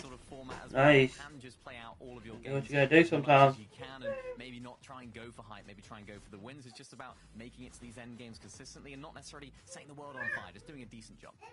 Yeah, these guys have played a couple finals now as a trio, and it's not been world-class performances by any means, but they've, shown signs that they can be a decent team, and again, to clutch up here, I'm sure that will, be good vibes for them going into next weekend. Yeah, just a couple of finals to their name. Early days for this trio. Nice to see Mixon bouncing back after leaving the side of Conbeck and Blacker. So let's have a look now at the leaderboard and just see who narrowly missed out. Now, I had been saying that, the season nearly made it in. See, 180 points, chat. Remember 180. Not every trio is going to make it into that lobby. So let's take a look at page 2. And see our contenders 19 points to qualify again later in this week. And if you look at Dexy, so narrowly missing out. Do you think the commentators cursed them, Levin?